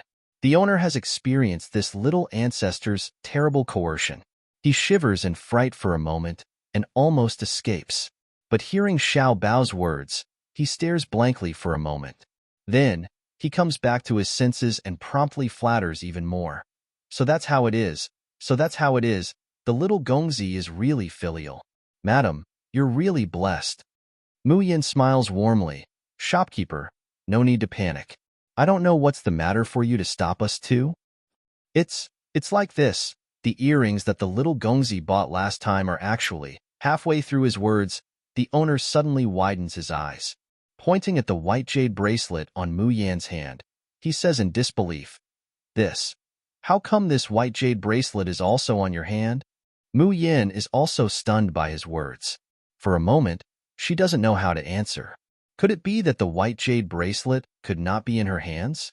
The boss stared blankly for a long time, but suddenly slapped his thigh, coming to a sudden realization and said, "Oh my, turns out that the godlike young master that day is a family with Miss and young master.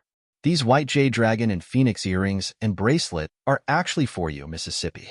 I was worried to death because the master who made the earrings and bracelet once said that if the dragon and phoenix were separated, it would be an ominous sign.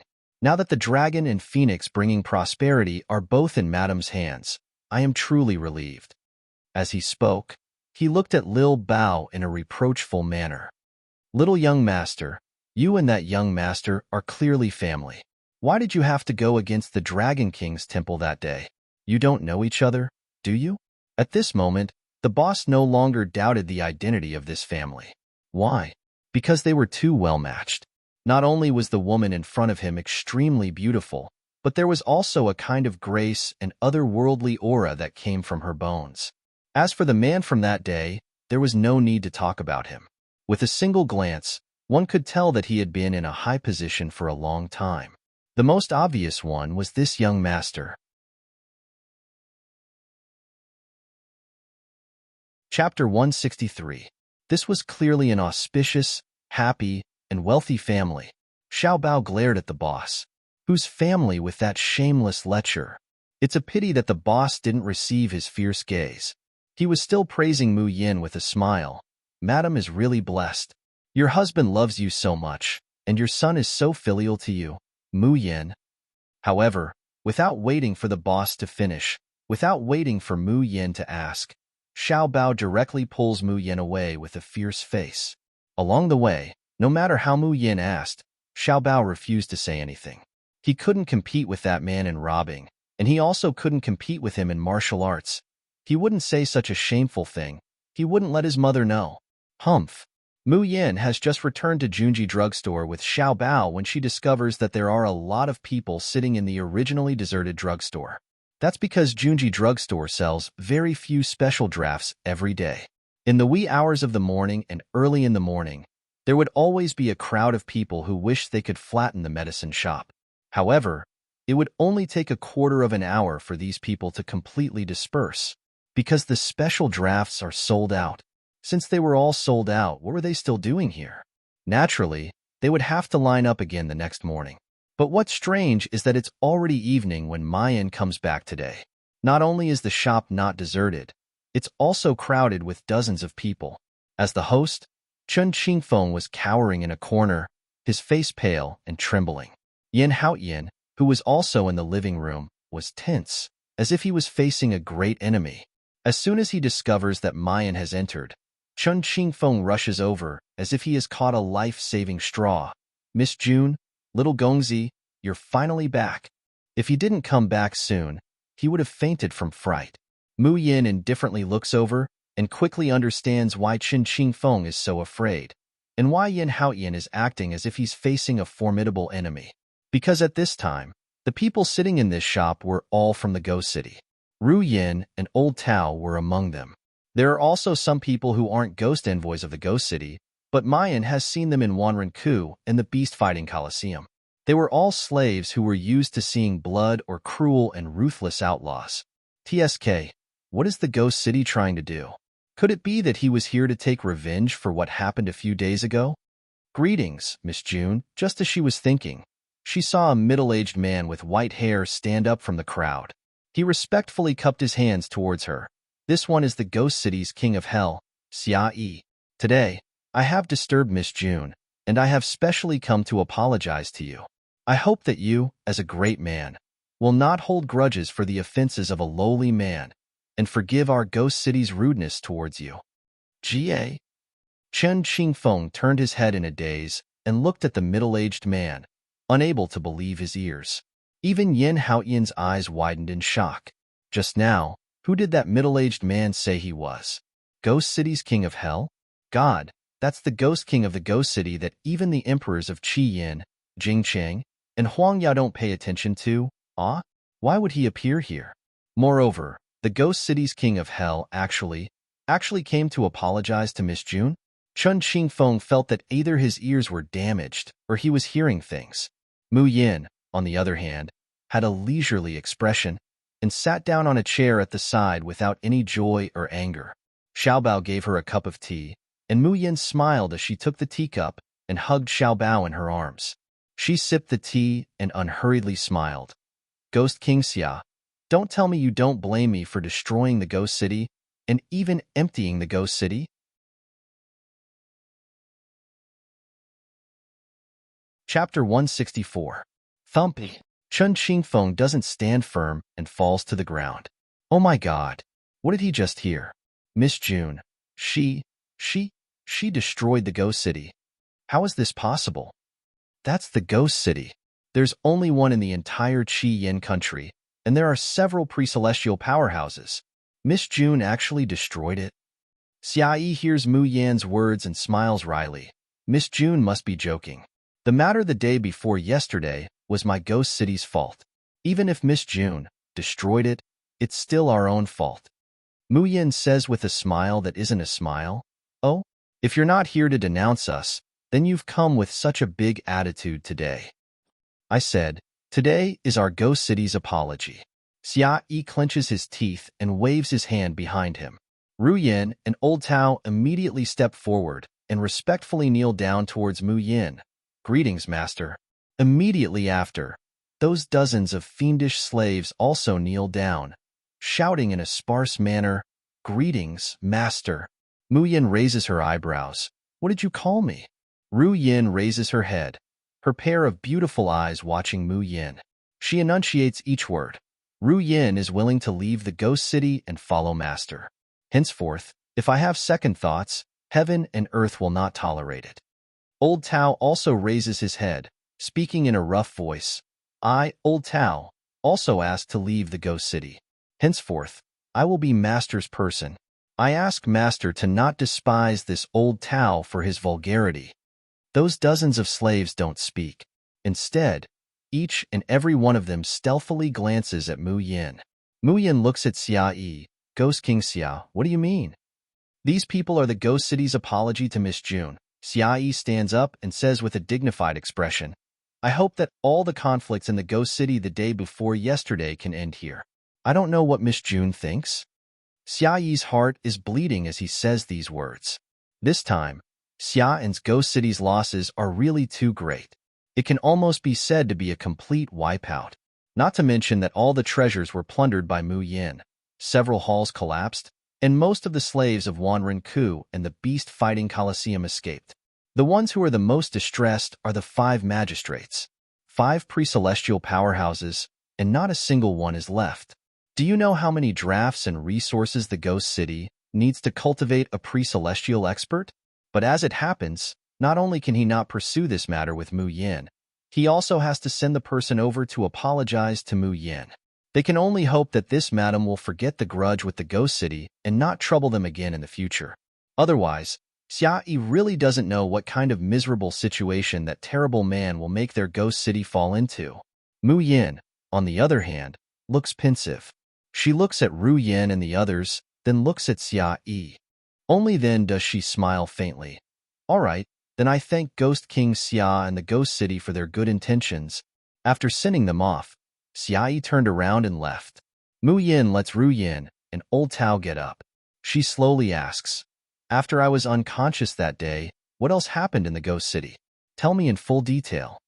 Ru Yin and Old Tao did not dare to conceal anything and hurriedly recounted the various scenes that happened that day. After Mu Yin heard this, he was a little startled. So, that person was so angry because of her? Had he done so much for her? Master, if we stay, will we be a burden to you? Ru Yin cautiously asked. Chapter 165.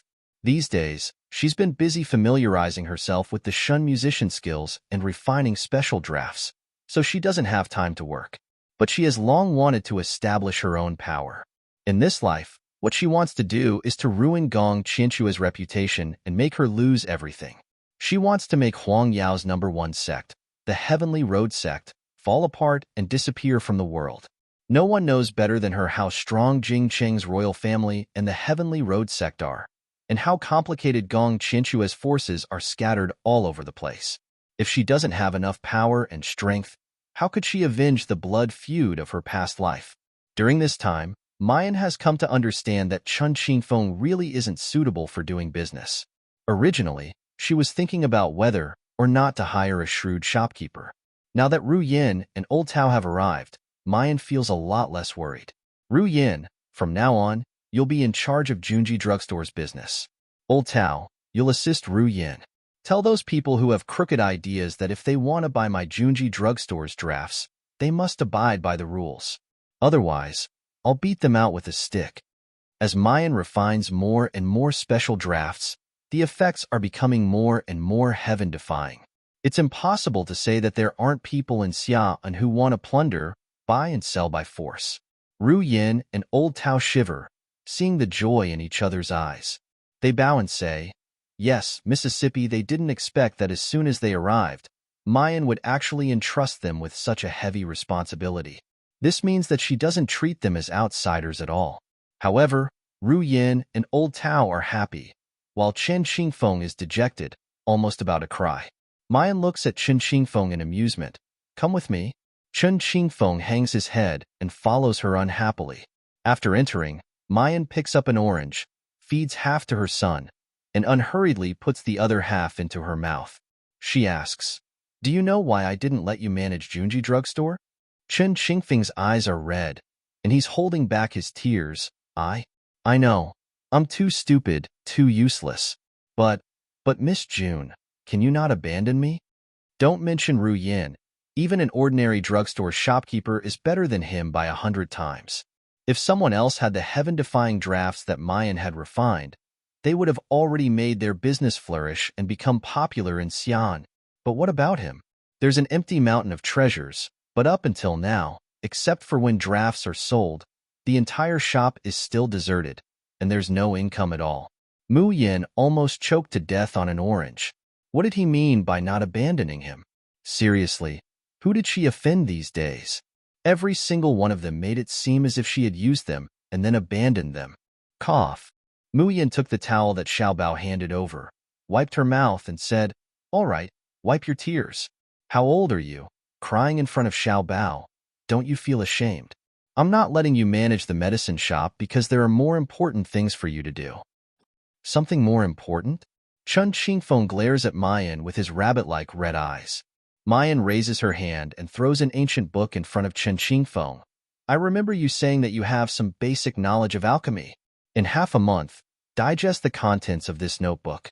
If you have any questions, feel free to ask me. Chen Qingfeng picks up the ancient book and flips it open to see the 3 words draft chart written on it. Chapter 166. The contents are very complicated and messy, like the miscellaneous notes of a person's experiences. But even a fool can see how valuable this notebook is. Chen Qingfeng blankly raises his head to look at Mayan. Miss June, why did you give this to me? This time, even Xiaobao can't bear it anymore. Finally, he coldly spits out those 2 words once again. Stupid. Idiot. Chun Qingfeng quivers, as if Xiao Bao's idiot had suddenly opened up his conception and governing vessels. His eyes suddenly widen, trembling as he says, Miss June, you want to teach me how to refine medicine? Mayan shakes her head. At least you're not completely stupid. But, but, but, this should be your secret. How could you teach it to an outsider like me? This draft chart is indeed Mayan's notes from her 4 years of studying medicine refinement in the mountains. If she were to take it outside and sell it to an apothecary, it would definitely fetch a sky-high price. But for the current Mayan, this really isn't a secret at all. That's because her true refining secret is no longer a formula, but the Tian Emo Chin, a Shun musician skill. However, she can't explain it clearly to a hothead like Qin Qingfeng. Mayan scowls and says in a low voice, a man of character, don't be overly sentimental. To learn or not to learn, it's just a matter of one word. Learn, learn, learn. Chun Qingfeng holds the draft chart in his arms like it's a treasure. He kowtows to Mayan several times. Miss June, don't worry, even if I don't eat or sleep every day, I definitely won't disappoint your expectations. Let's not talk about how Qin Qingfeng forgets to eat and sleep for the next few days, immersing himself in refining medicine. Let's not talk about how the Junji drugstore, under Ru Yan's operation and Old Tao's escort, became popular throughout the city. In the next few days, Mayan's attention is focused on the dozen or so slaves from the Ghost City. The Ghost City's Wanren-ku is called Wanren-ku. Naturally, the number of slaves inside is innumerable, and these dozen or so slaves, with just one look at their fierce eyes and the baleful aura they emit, you can tell that none of them are good people. However, Mayan expresses that she is very satisfied. I can give you a chance. Mayan sweeps her eyes over these people and gets straight to the point. As long as you win, I will directly set you free and guarantee that the Ghost City and I will not trouble you again. But if you lose, you have to obediently listen to me and work for me. Do you have any objections? The dozen slaves looked at each other in dismay, their eyes full of splendor. But no one was wild with joy. One of them, a man with a face full of scars and who looked even scarier than Yin Haoyan, took a step forward and asked in a rough voice, Who are we going to win against? Is it you or him? The knife-scarred man pointed at Yin Haoyan. With Old Tao's help in Junji drugstore, Mu Yin transfers Yin Haoyan to Xiao Bao's side. He gave him full authority to listen to Xiao Bao's orders and take care of him. When the knife-scarred man asked, the dozen or so slaves looked as if they were facing a formidable enemy, nervously staring at Yin Haoyan. In the Ghost City, there are only a few slaves who don't know of this ever-victorious lunatic number 3 in the Colosseum.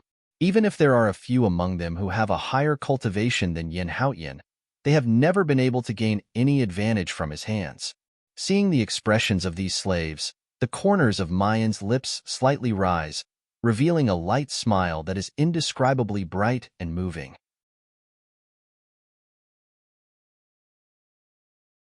Chapter 167. As she says that, she beckons to someone not far away. Xiao Bao, come here. Hearing Mu Yan's call, Xiao Bao, who was originally practicing, immediately runs over. Mu Yan touches her son's head. Then she leisurely says, Your opponent is him. Are you kidding? Smelly woman, are you playing with us? A milk baby. This father can kill him with one finger. Mu Yan watches them quarreling and cursing with a smile that isn't a smile. When they're done, she blushes and says, It seems that you don't want this chance. Saying that, she turns around to leave. Wait a minute. The knife-scarred man quickly stops her and asks suspiciously, Are you serious? As long as we defeat this milk baby, you'll set us free? Of course. Mu Yan turns around. I never lie. 1-on-1, or best of 3. Mu Yan is stumped by this question. She looks down at Xiao Bao. Baby, how do you think it's more interesting? Xiao Bao's little face is still cold, but a trace of impatience flashes in his eyes. All of you, together. Mu Yan raises her head and smiles. Did you all hear that? The slaves of the Ghost City are stunned, wondering if they're hearing things. A milk baby, who's not even 5 years old, actually says together in the face of these fiendish brawny men, Is this stupid or crazy? After a moment of blankness, An ominous glint appears in the eyes of the slaves. They're actually looked down upon by a milk baby and a frail woman. How can they tolerate this? Little bastard, since you're courting death, don't blame us for being impolite. That woman said it herself just now. Even if we tear this little bastard to pieces, you can't blame us. That's right. Who let this smelly woman not know the immensity of heaven and earth? As they speak, more than a dozen slaves rush up like a swarm of bees with a fierce, murderous intent.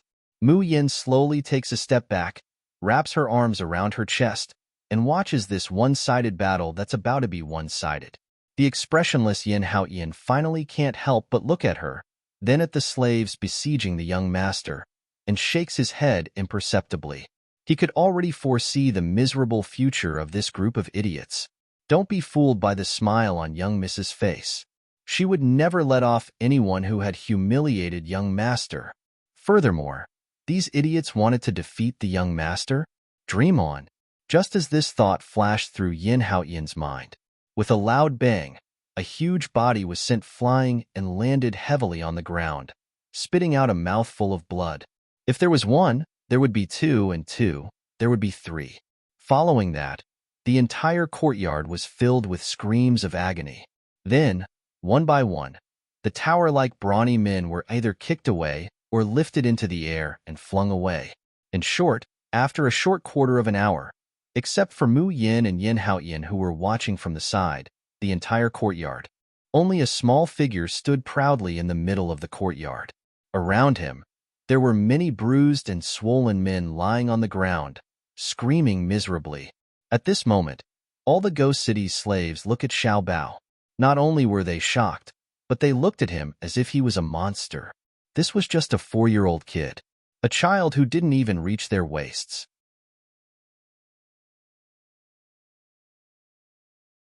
Chapter 168. If this child isn't a monster, then what is he? Mu Yin unhurriedly walks up, looking around at the miserable sight of the dozen or so people. She chuckles. How about it? Do you submit? Some people open their mouths, wanting to speak up in anger. But Mayan's next sentence scares everyone's guts back. Baby, if there's anyone who doesn't submit, remember to beat them until they do. Xiao Bao clenches his small fist, coldly nodding.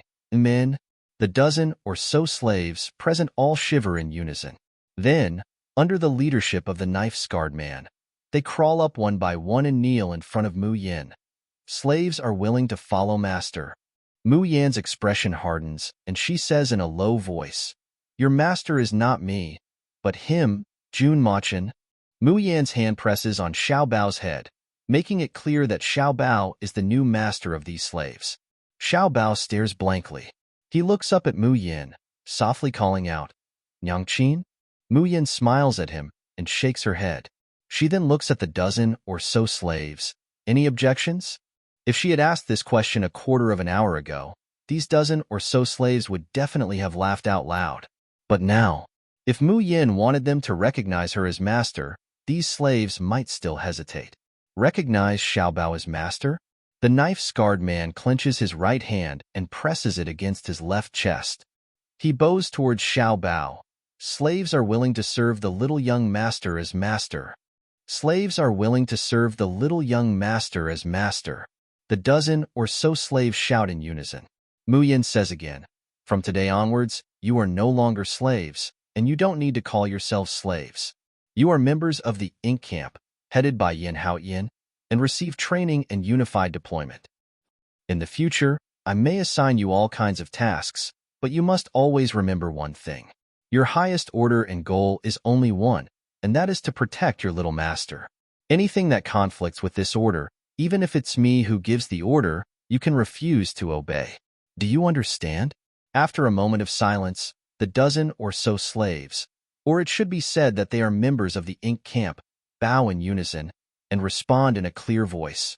Your subordinates obey. Xiao Bao looks up at Mu Yin in a daze, his little hands clenching into fists. Mu Yin looks at the respectful appearance of these Ink Camp members. She knows that it will take time to truly tame them. However, she was really not anxious at all. He believed that the process of training and taming these people would be very interesting. After letting Yin Haoyin take these ink camp members to settle down, Mayan crouches down to look at Xiao Bao. What's wrong? Is Xiao Bao unhappy? Xiao Bao's little face was as cold as ever, but his big blue eyes were filled with grief and grievance. Mom, Xiao Bao doesn't need anyone to protect him. Xiao Bao wants to protect Mom. Silly child. Mayan laughs in spite of herself, gently stroking his head. These people only know three-legged cats martial arts. They can't even beat Xiao Bao. How could they protect Nyang Qin's baby? Xiao Bao was taken aback and revealed a bewildered expression. After all, he was only a 4-year-old child. There were many things that he didn't understand. Little treasure, you should know that increasing one's cultivation isn't the only way to become stronger. There's another way that can make you incomparably powerful. That is to gather a group of people who are willing to work for you, and let the strength of others become your strength.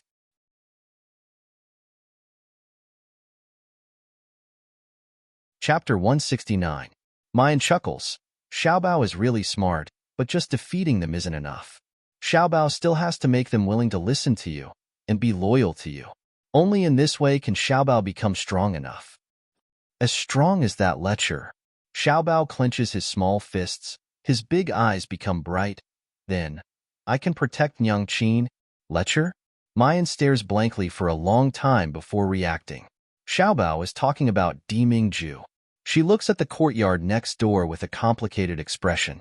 Oh, I haven't seen that person's figure for a long time. Probably that night, he was really angry, right? In the next few days, the newly established ink camp collectively falls into an abyss of torment. Their daily living arrangements are like this: training, taking drafts, listening to tunes. Doesn't it sound particularly fulfilling and happy? But in reality, this group of butchers who crawled out of a mountain of corpses and a sea of fire, their hands stained with blood, each and every one of them is living a life worse than death. This so-called training isn't cultivating martial skills or internal force. Instead, it's making them line up every day, do drills, and run back and forth. It's so boring that these brawny men simply want to bang their heads against the wall. After training, Mayan prepares a bottle of body refining draft for everyone. That's a special draft. Outside the Junji drugstore, how many people would break their heads to buy it? But they couldn't. But the people of the ink camp drink it until they cry for their parents. That's because drinking that draft really hurts too much. The muscles all over their body feel like they're being cut by a knife. It goes on for more than an hour without disappearing. So every time it's time to take the medicine, they can hear the ghostly wails and wolf howls of more than a dozen brawny men. The evening arrangement is to listen to tunes? Isn't this a nice job? The people of the ink camp express that they don't want to listen to tunes again in this life. No, in the next life. In the next life, they don't want to listen to it again. That's because the sound of the zither has a terrible power. Once it's played, it's like they've fallen into an endless nightmare. They desperately struggle in the nightmare to wake up drenched in cold sweat. Think about it. Listening to a tune every day is the same as living through a bitter and torturous life. Day after day, who could stand it? Late at night, in the ink camp. Motherfucker, I can't stand it anymore. I want to escape from here. Escape? How could he escape? Not to mention Yin Haoyin, who is guarding the camp. Do you think you can escape from this courtyard? I have to escape even if I can't. Are we going to be tortured to death here?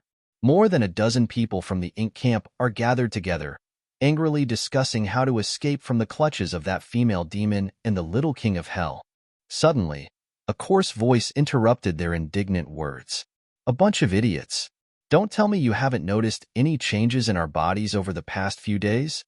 Hearing this, everyone was startled and looked at the knife-scarred man. Changyu, what do you mean by that? That's right.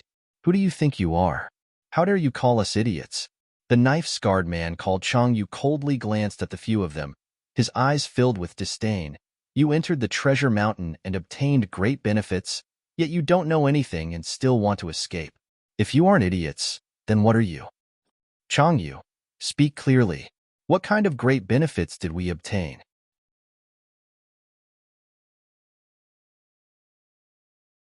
Chapter 170. What? You've broken through? How is this possible? Changyu looked around at them and sneered. Don't tell me you haven't noticed that your cultivation has been growing at a frightening speed in just a few days? Hearing Changyu's words, everyone looked at each other in dismay, and then started to inspect themselves. This inspection was truly incredible. What the fuck? I'm about to break through to Mystic stage. My cultivation has also increased. Heavens, I didn't even notice. Changyu continued to ridicule. I said that you guys are idiots, yet you don't want to admit it. Haven't you seen the sea of people outside Junji drugstore these past few days? What were those people doing here? All of them are here to buy drafts. Why do these people have to queue all night to buy our Junji drugstore's drafts? Do you still not understand? The others widened their eyes and trembled, unable to control their emotions. Because our master is an extremely powerful alchemist. The drafts that she refines are hard to find even with 10 million gold coins. And we, for the past few days, have been drinking a bottle every day. Gulp. Someone could not help but swallow a mouthful of saliva. As for the training and the music, I don't know how you feel, but in the past few days, I only feel that my body has become stronger, and the old injuries in my body are slowly healing. What's even more unbelievable is that I feel that my state of mind has become clear, and the demons in my heart have been expelled unknowingly. The bottleneck that has been bothering me for years has become insignificant in just a few days. Do you know what this means? Everyone in the room sucked in a breath of cold air, and their bodies began to tremble involuntarily. Changyu swings his sleeve, turns around and leaves the room. If there's still any idiot who wants to leave, then go ahead and leave. I believe that there must be a lot of people outside who want to enter our ink camp. After Changyu left, the remaining people looked at each other in dismay. Suddenly, someone shouted, "Let's go! Let's go!" From now on, Lousy will take root in the ink camp. Alive, I'm a person of the ink camp. Dead, I'm a dead person of the ink camp. If I pledge my loyalty to Little Master, I'll be able to advance quickly and become an expert. So what if I have to work for Little Master for the rest of my life? What's more, the time limit given by Jun Mayan is 10 years. The woman said that as long as they protected and served Xiaobao for 10 years, she would return their freedom. From now on, it was up to them to decide if they wanted to stay or go. Mayan is flabbergasted to discover that on the second day of training, the enthusiasm of these people from the ink camp has suddenly soared to an unprecedented level. It was as if they had been injected with chicken blood. Even the baptism of the Tian Imo-chins floating like a dream, which they were most afraid of in the past, was now without fear. On the contrary, each and every one of them was eager to give it a try. Mu Yin regretfully shakes her head. TSK. These guys, how did they become enlightened so quickly? If he hadn't been enlightened, she could have tortured him for a while longer. That's right, this period of training is beneficial to the people of the ink camp, but it is also true that Mayan is deliberately tormenting them. For example, a draft that originally doesn't have any side effects when drunk can be transformed into a bitter medicine that would make you hover between life and death when drunk. For example, in Floating Like a Dream, he could make their lives a little more miserable and torturous. The reason was, of course, to take revenge on these fellows for insulting Xiaobao. But now that these guys have become so active and obedient, Mayan feels embarrassed to continue tormenting them.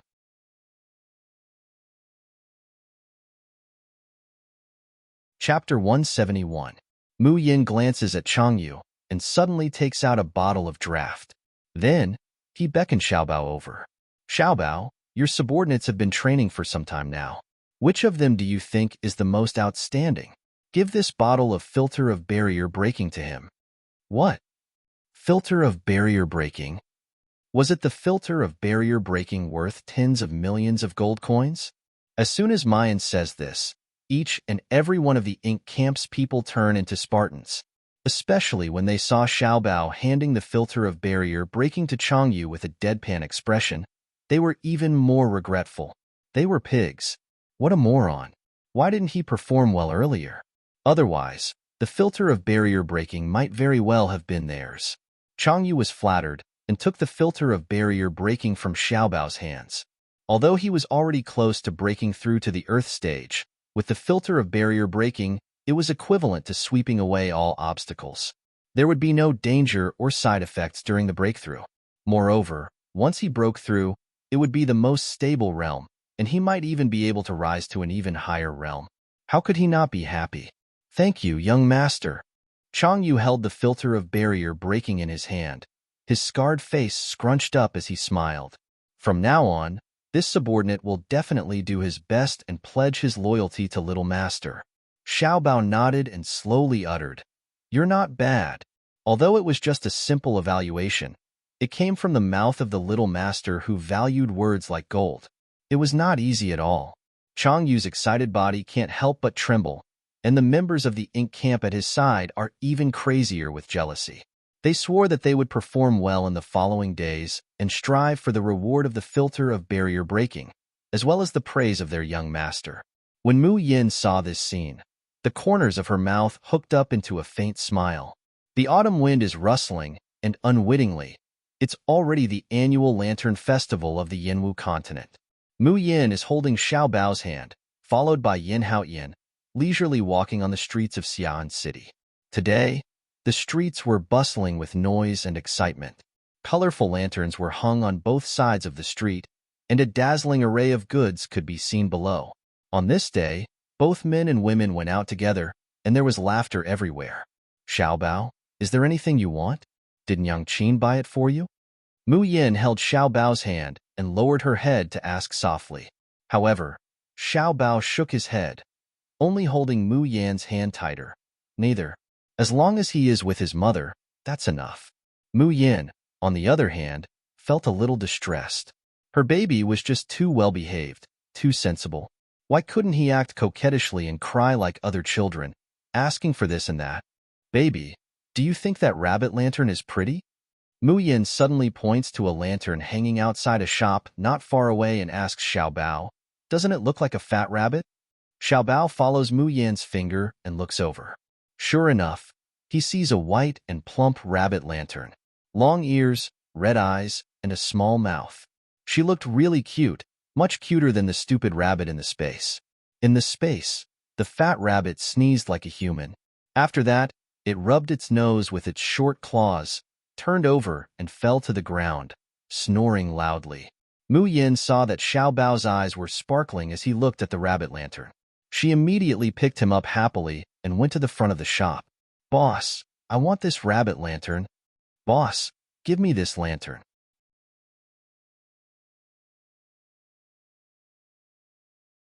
Chapter 172. Holding Xiao Bao, Mu Yin turns around to look. What she sees is a young man dressed in white, tall and slender, with an outstanding demeanor. There's a kind of warm, jade-like aura that lingers around him. Just looking at him makes people feel close to him. It's just that the young man is wearing a mask, covering most of his face.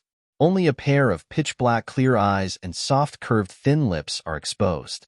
Hearing Mu Yan's voice, the young man also turns around to look. Seeing Mu Yin and Xiao Bao in her arms, he shows a slightly surprised expression. Two honored guests, I'm really sorry, but we only have one rabbit lantern in our shop. The shop owner comes forward with a smile. But our shop has a rule. If you want to buy a lantern, you have to guess a riddle. The two of you might as well try to guess this riddle of this old man. Whoever guesses correctly first will have this lantern. The riddle is, all living things sleep together in a dream. Find a kind of draft. Mu Yin curls up the corner of her lips, finding it very interesting. The riddle that this boss came up with is actually a draft. Just as Mu Yin is about to answer, she hears Xiao Bao's crisp voice. Yang Qin, Xiao Bao wants to guess by himself. It's the rabbit lantern that Xiao Bao wants, so Xiao Bao has to guess by himself. If you want something, you have to snatch it yourself. Mu Yin can't help but laugh at her son's domineering manner. Her eyebrows curve as she nods. Okay, Xiao Bao will guess by himself. His delicate little face slightly wrinkles, racking his brains. For a moment, he can't think of anything. Just then, the young man next to him says, it's the scorpion grass. The scorpion grass is a very rare draft. All living things sleep together in a dream, completely at rest, scorpion grass. Xiao Bao hasn't seen it before, so he can't think of it. Gongzi guessed right. The boss shouts, smiling as he takes down the rabbit lantern and gives it to the young man. Xiao Bao is a little disappointed, but he doesn't have any regrets. He grabs Mu Yan's hand, about to leave. Little Gongzi, please wait. The young man suddenly calls out to stop them. As soon as Xiao Bao turns around, the rabbit lantern is already in front of him. I'll give it to you. Unfortunately, Xiao Bao doesn't appreciate it. He says in a low, muffled voice. Nyang Qin said, a real man, a loss is a loss. Don't accept charity. The corner of the young man's lips curled up, revealing a dazed smile. After a long time, he finally said softly, I haven't been able to find the person who likes this rabbit lantern for a very, very long time. Even if I brought it back, I wouldn't be able to give it to her, so I might as well give it to you. Besides, the youth looks up at Mayan. Your mother has already guessed the answer. In terms of ethics, this rabbit lantern is yours. After saying that, the young man stuffed the rabbit lantern into Little Bao's hands, turned around, and left. Looking at the young man's departing figure, Mu Yin raised her eyebrows, and her gaze fell on a jade tablet at his waist. It was the jade token of the Purple Sun sect. In Huangyao country, the Ziyang school was second only to the Tiandao school.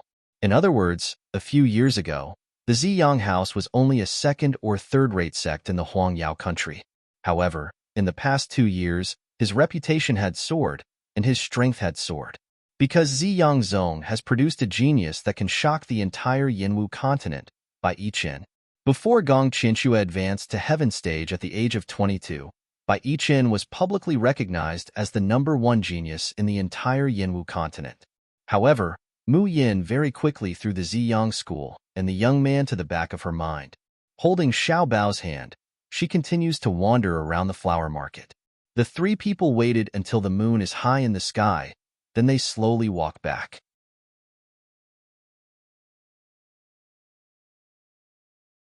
Chapter 173. In the end, both sides of the road were empty except for the three lonely figures. However, Xiao Bao suddenly stops and looks up at Mayan. Nyang Qin? Mu Yin smiled and said in a clear voice, You followed us all the way here. Don't tell me you still don't plan to show yourself? As soon as he finished speaking, a stream of light wrapped in a fierce aura rushed toward him. Mu Yin and Xiao Bao didn't move, but Yin Haoyin did. His tall and sturdy body rose up and slapped the figure that was pouncing towards him. His cold, profound energy was like a surging tide as it pervaded his entire body. Peng! The two Xianqis collided, creating intense sparks. Yin Haoyin used to be a high-rank Earthrealm warrior.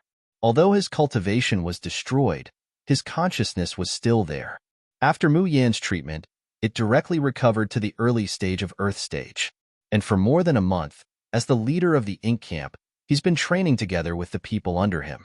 Now, he had already returned to the high rank of Earth Realm. Although the newcomer's cultivation was high and his skills were not bad, he was far from being Yin Haoyin's match.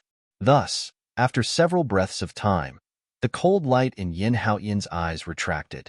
His fist turned into a claw, and he grasped his opponent's throat. A terrifying, murderous aura emanated from his body. It was as long as the other party made the slightest movement, he would break that person's neck.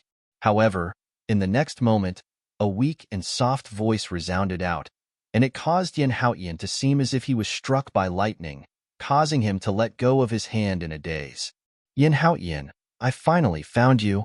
Yin Haoyin staggered a step back and opened his mouth to speak. However, he was now a mute, so how could he speak? However, this tower-like man was currently trembling, and even the rims of his eyes were slightly red. What? Do you know each other?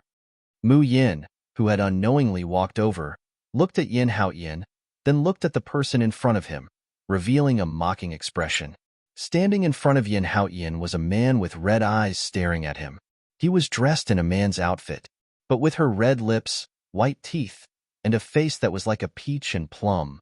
No matter how one looked at it, she was a beautiful woman disguised as a man. From the very beginning, Mu Yin didn't discover that the people following them had any malice towards them. At first, she thought that it was the young man who bought lanterns in the market. He didn't expect it to be a woman. Moreover, it was a woman who had a close relationship with Yin Haoyin. Hearing Mu Yan's words, Yin Haoyin suddenly regained his senses. He then restrained all of his emotions and shook his head stiffly. Hearing this, the woman's frail body suddenly swayed. She could no longer hold back her tears, and they rolled down her cheeks. After a while, a hoarse and trembling voice came out from the woman's mouth. "Are you still blaming me?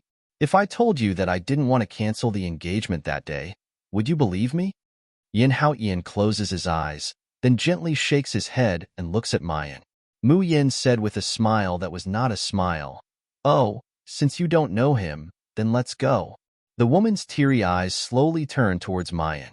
Seeing her beautiful face, the sadness in her eyes turns into despair in a split second. Tears rolled down from her eyes. She forced a smile. "So, you already have someone who can accompany you. This is good. Really very good." After saying that, the woman turned around and was about to leave. However, he had barely taken a few steps before his body went limp and he collapsed to the ground.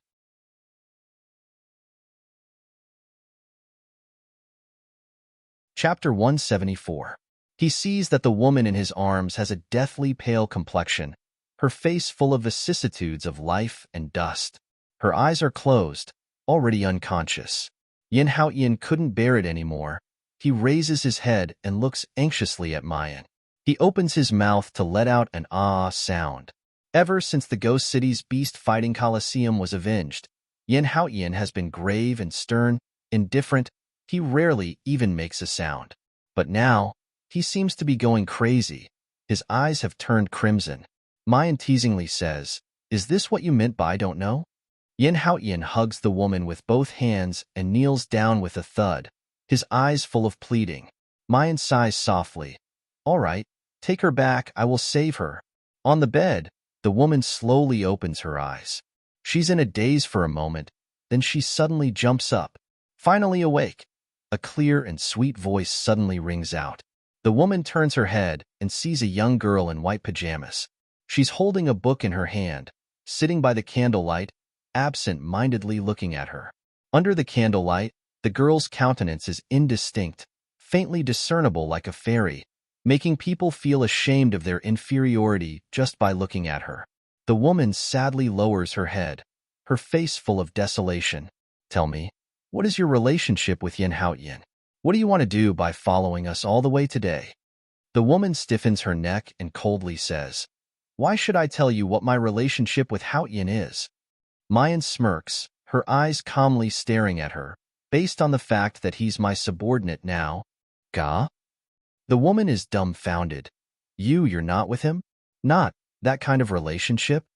After the shock, there's an obvious ecstasy. A bright and beautiful smile floats on the woman's face, adding a bit of charm to her originally pale complexion. "Oh, what kind of relationship do you think we have?" The corner of Mayan's mouth hooks up into a playful smile. "I really didn't think that a block of wood like Yin Haoyan would actually be liked by someone." The woman's expression turns cold, lowering her voice.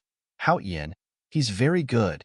Then, she slows down her tone, almost begging, "Please tell me, where is Haoyan now? Can I see him? How has he been all these years?" "Before asking if he's doing well, shouldn't you first tell me your identity?" Mayan says. The woman was startled. She wiped away her tears and slowly said, "My name is Feng Haidang. I was once Haoyan's fiancé." With the woman's narration, Mu Yin finally understood the ins and outs of the matter. It turned out that Feng Haidang and Yin Haoyan were childhood sweethearts who grew up together. The two families had arranged their marriage long ago. However, just half a year before the Yin clan was ruined, the Feng clan suddenly requested to cancel the engagement between the two clans. He even betrothed Feng Haidang to another man immediately. At the time of the incident, Feng Haidang was traveling with her master and did not know about the annulment of the engagement. By the time she returned, not to mention her marriage with Yin Haoyan, even the Yin family would have been completely destroyed. You're tuning in to the Romance Rendezvous YouTube channel. We're so grateful for your support, and don't forget to subscribe to join us on this incredible journey through captivating stories.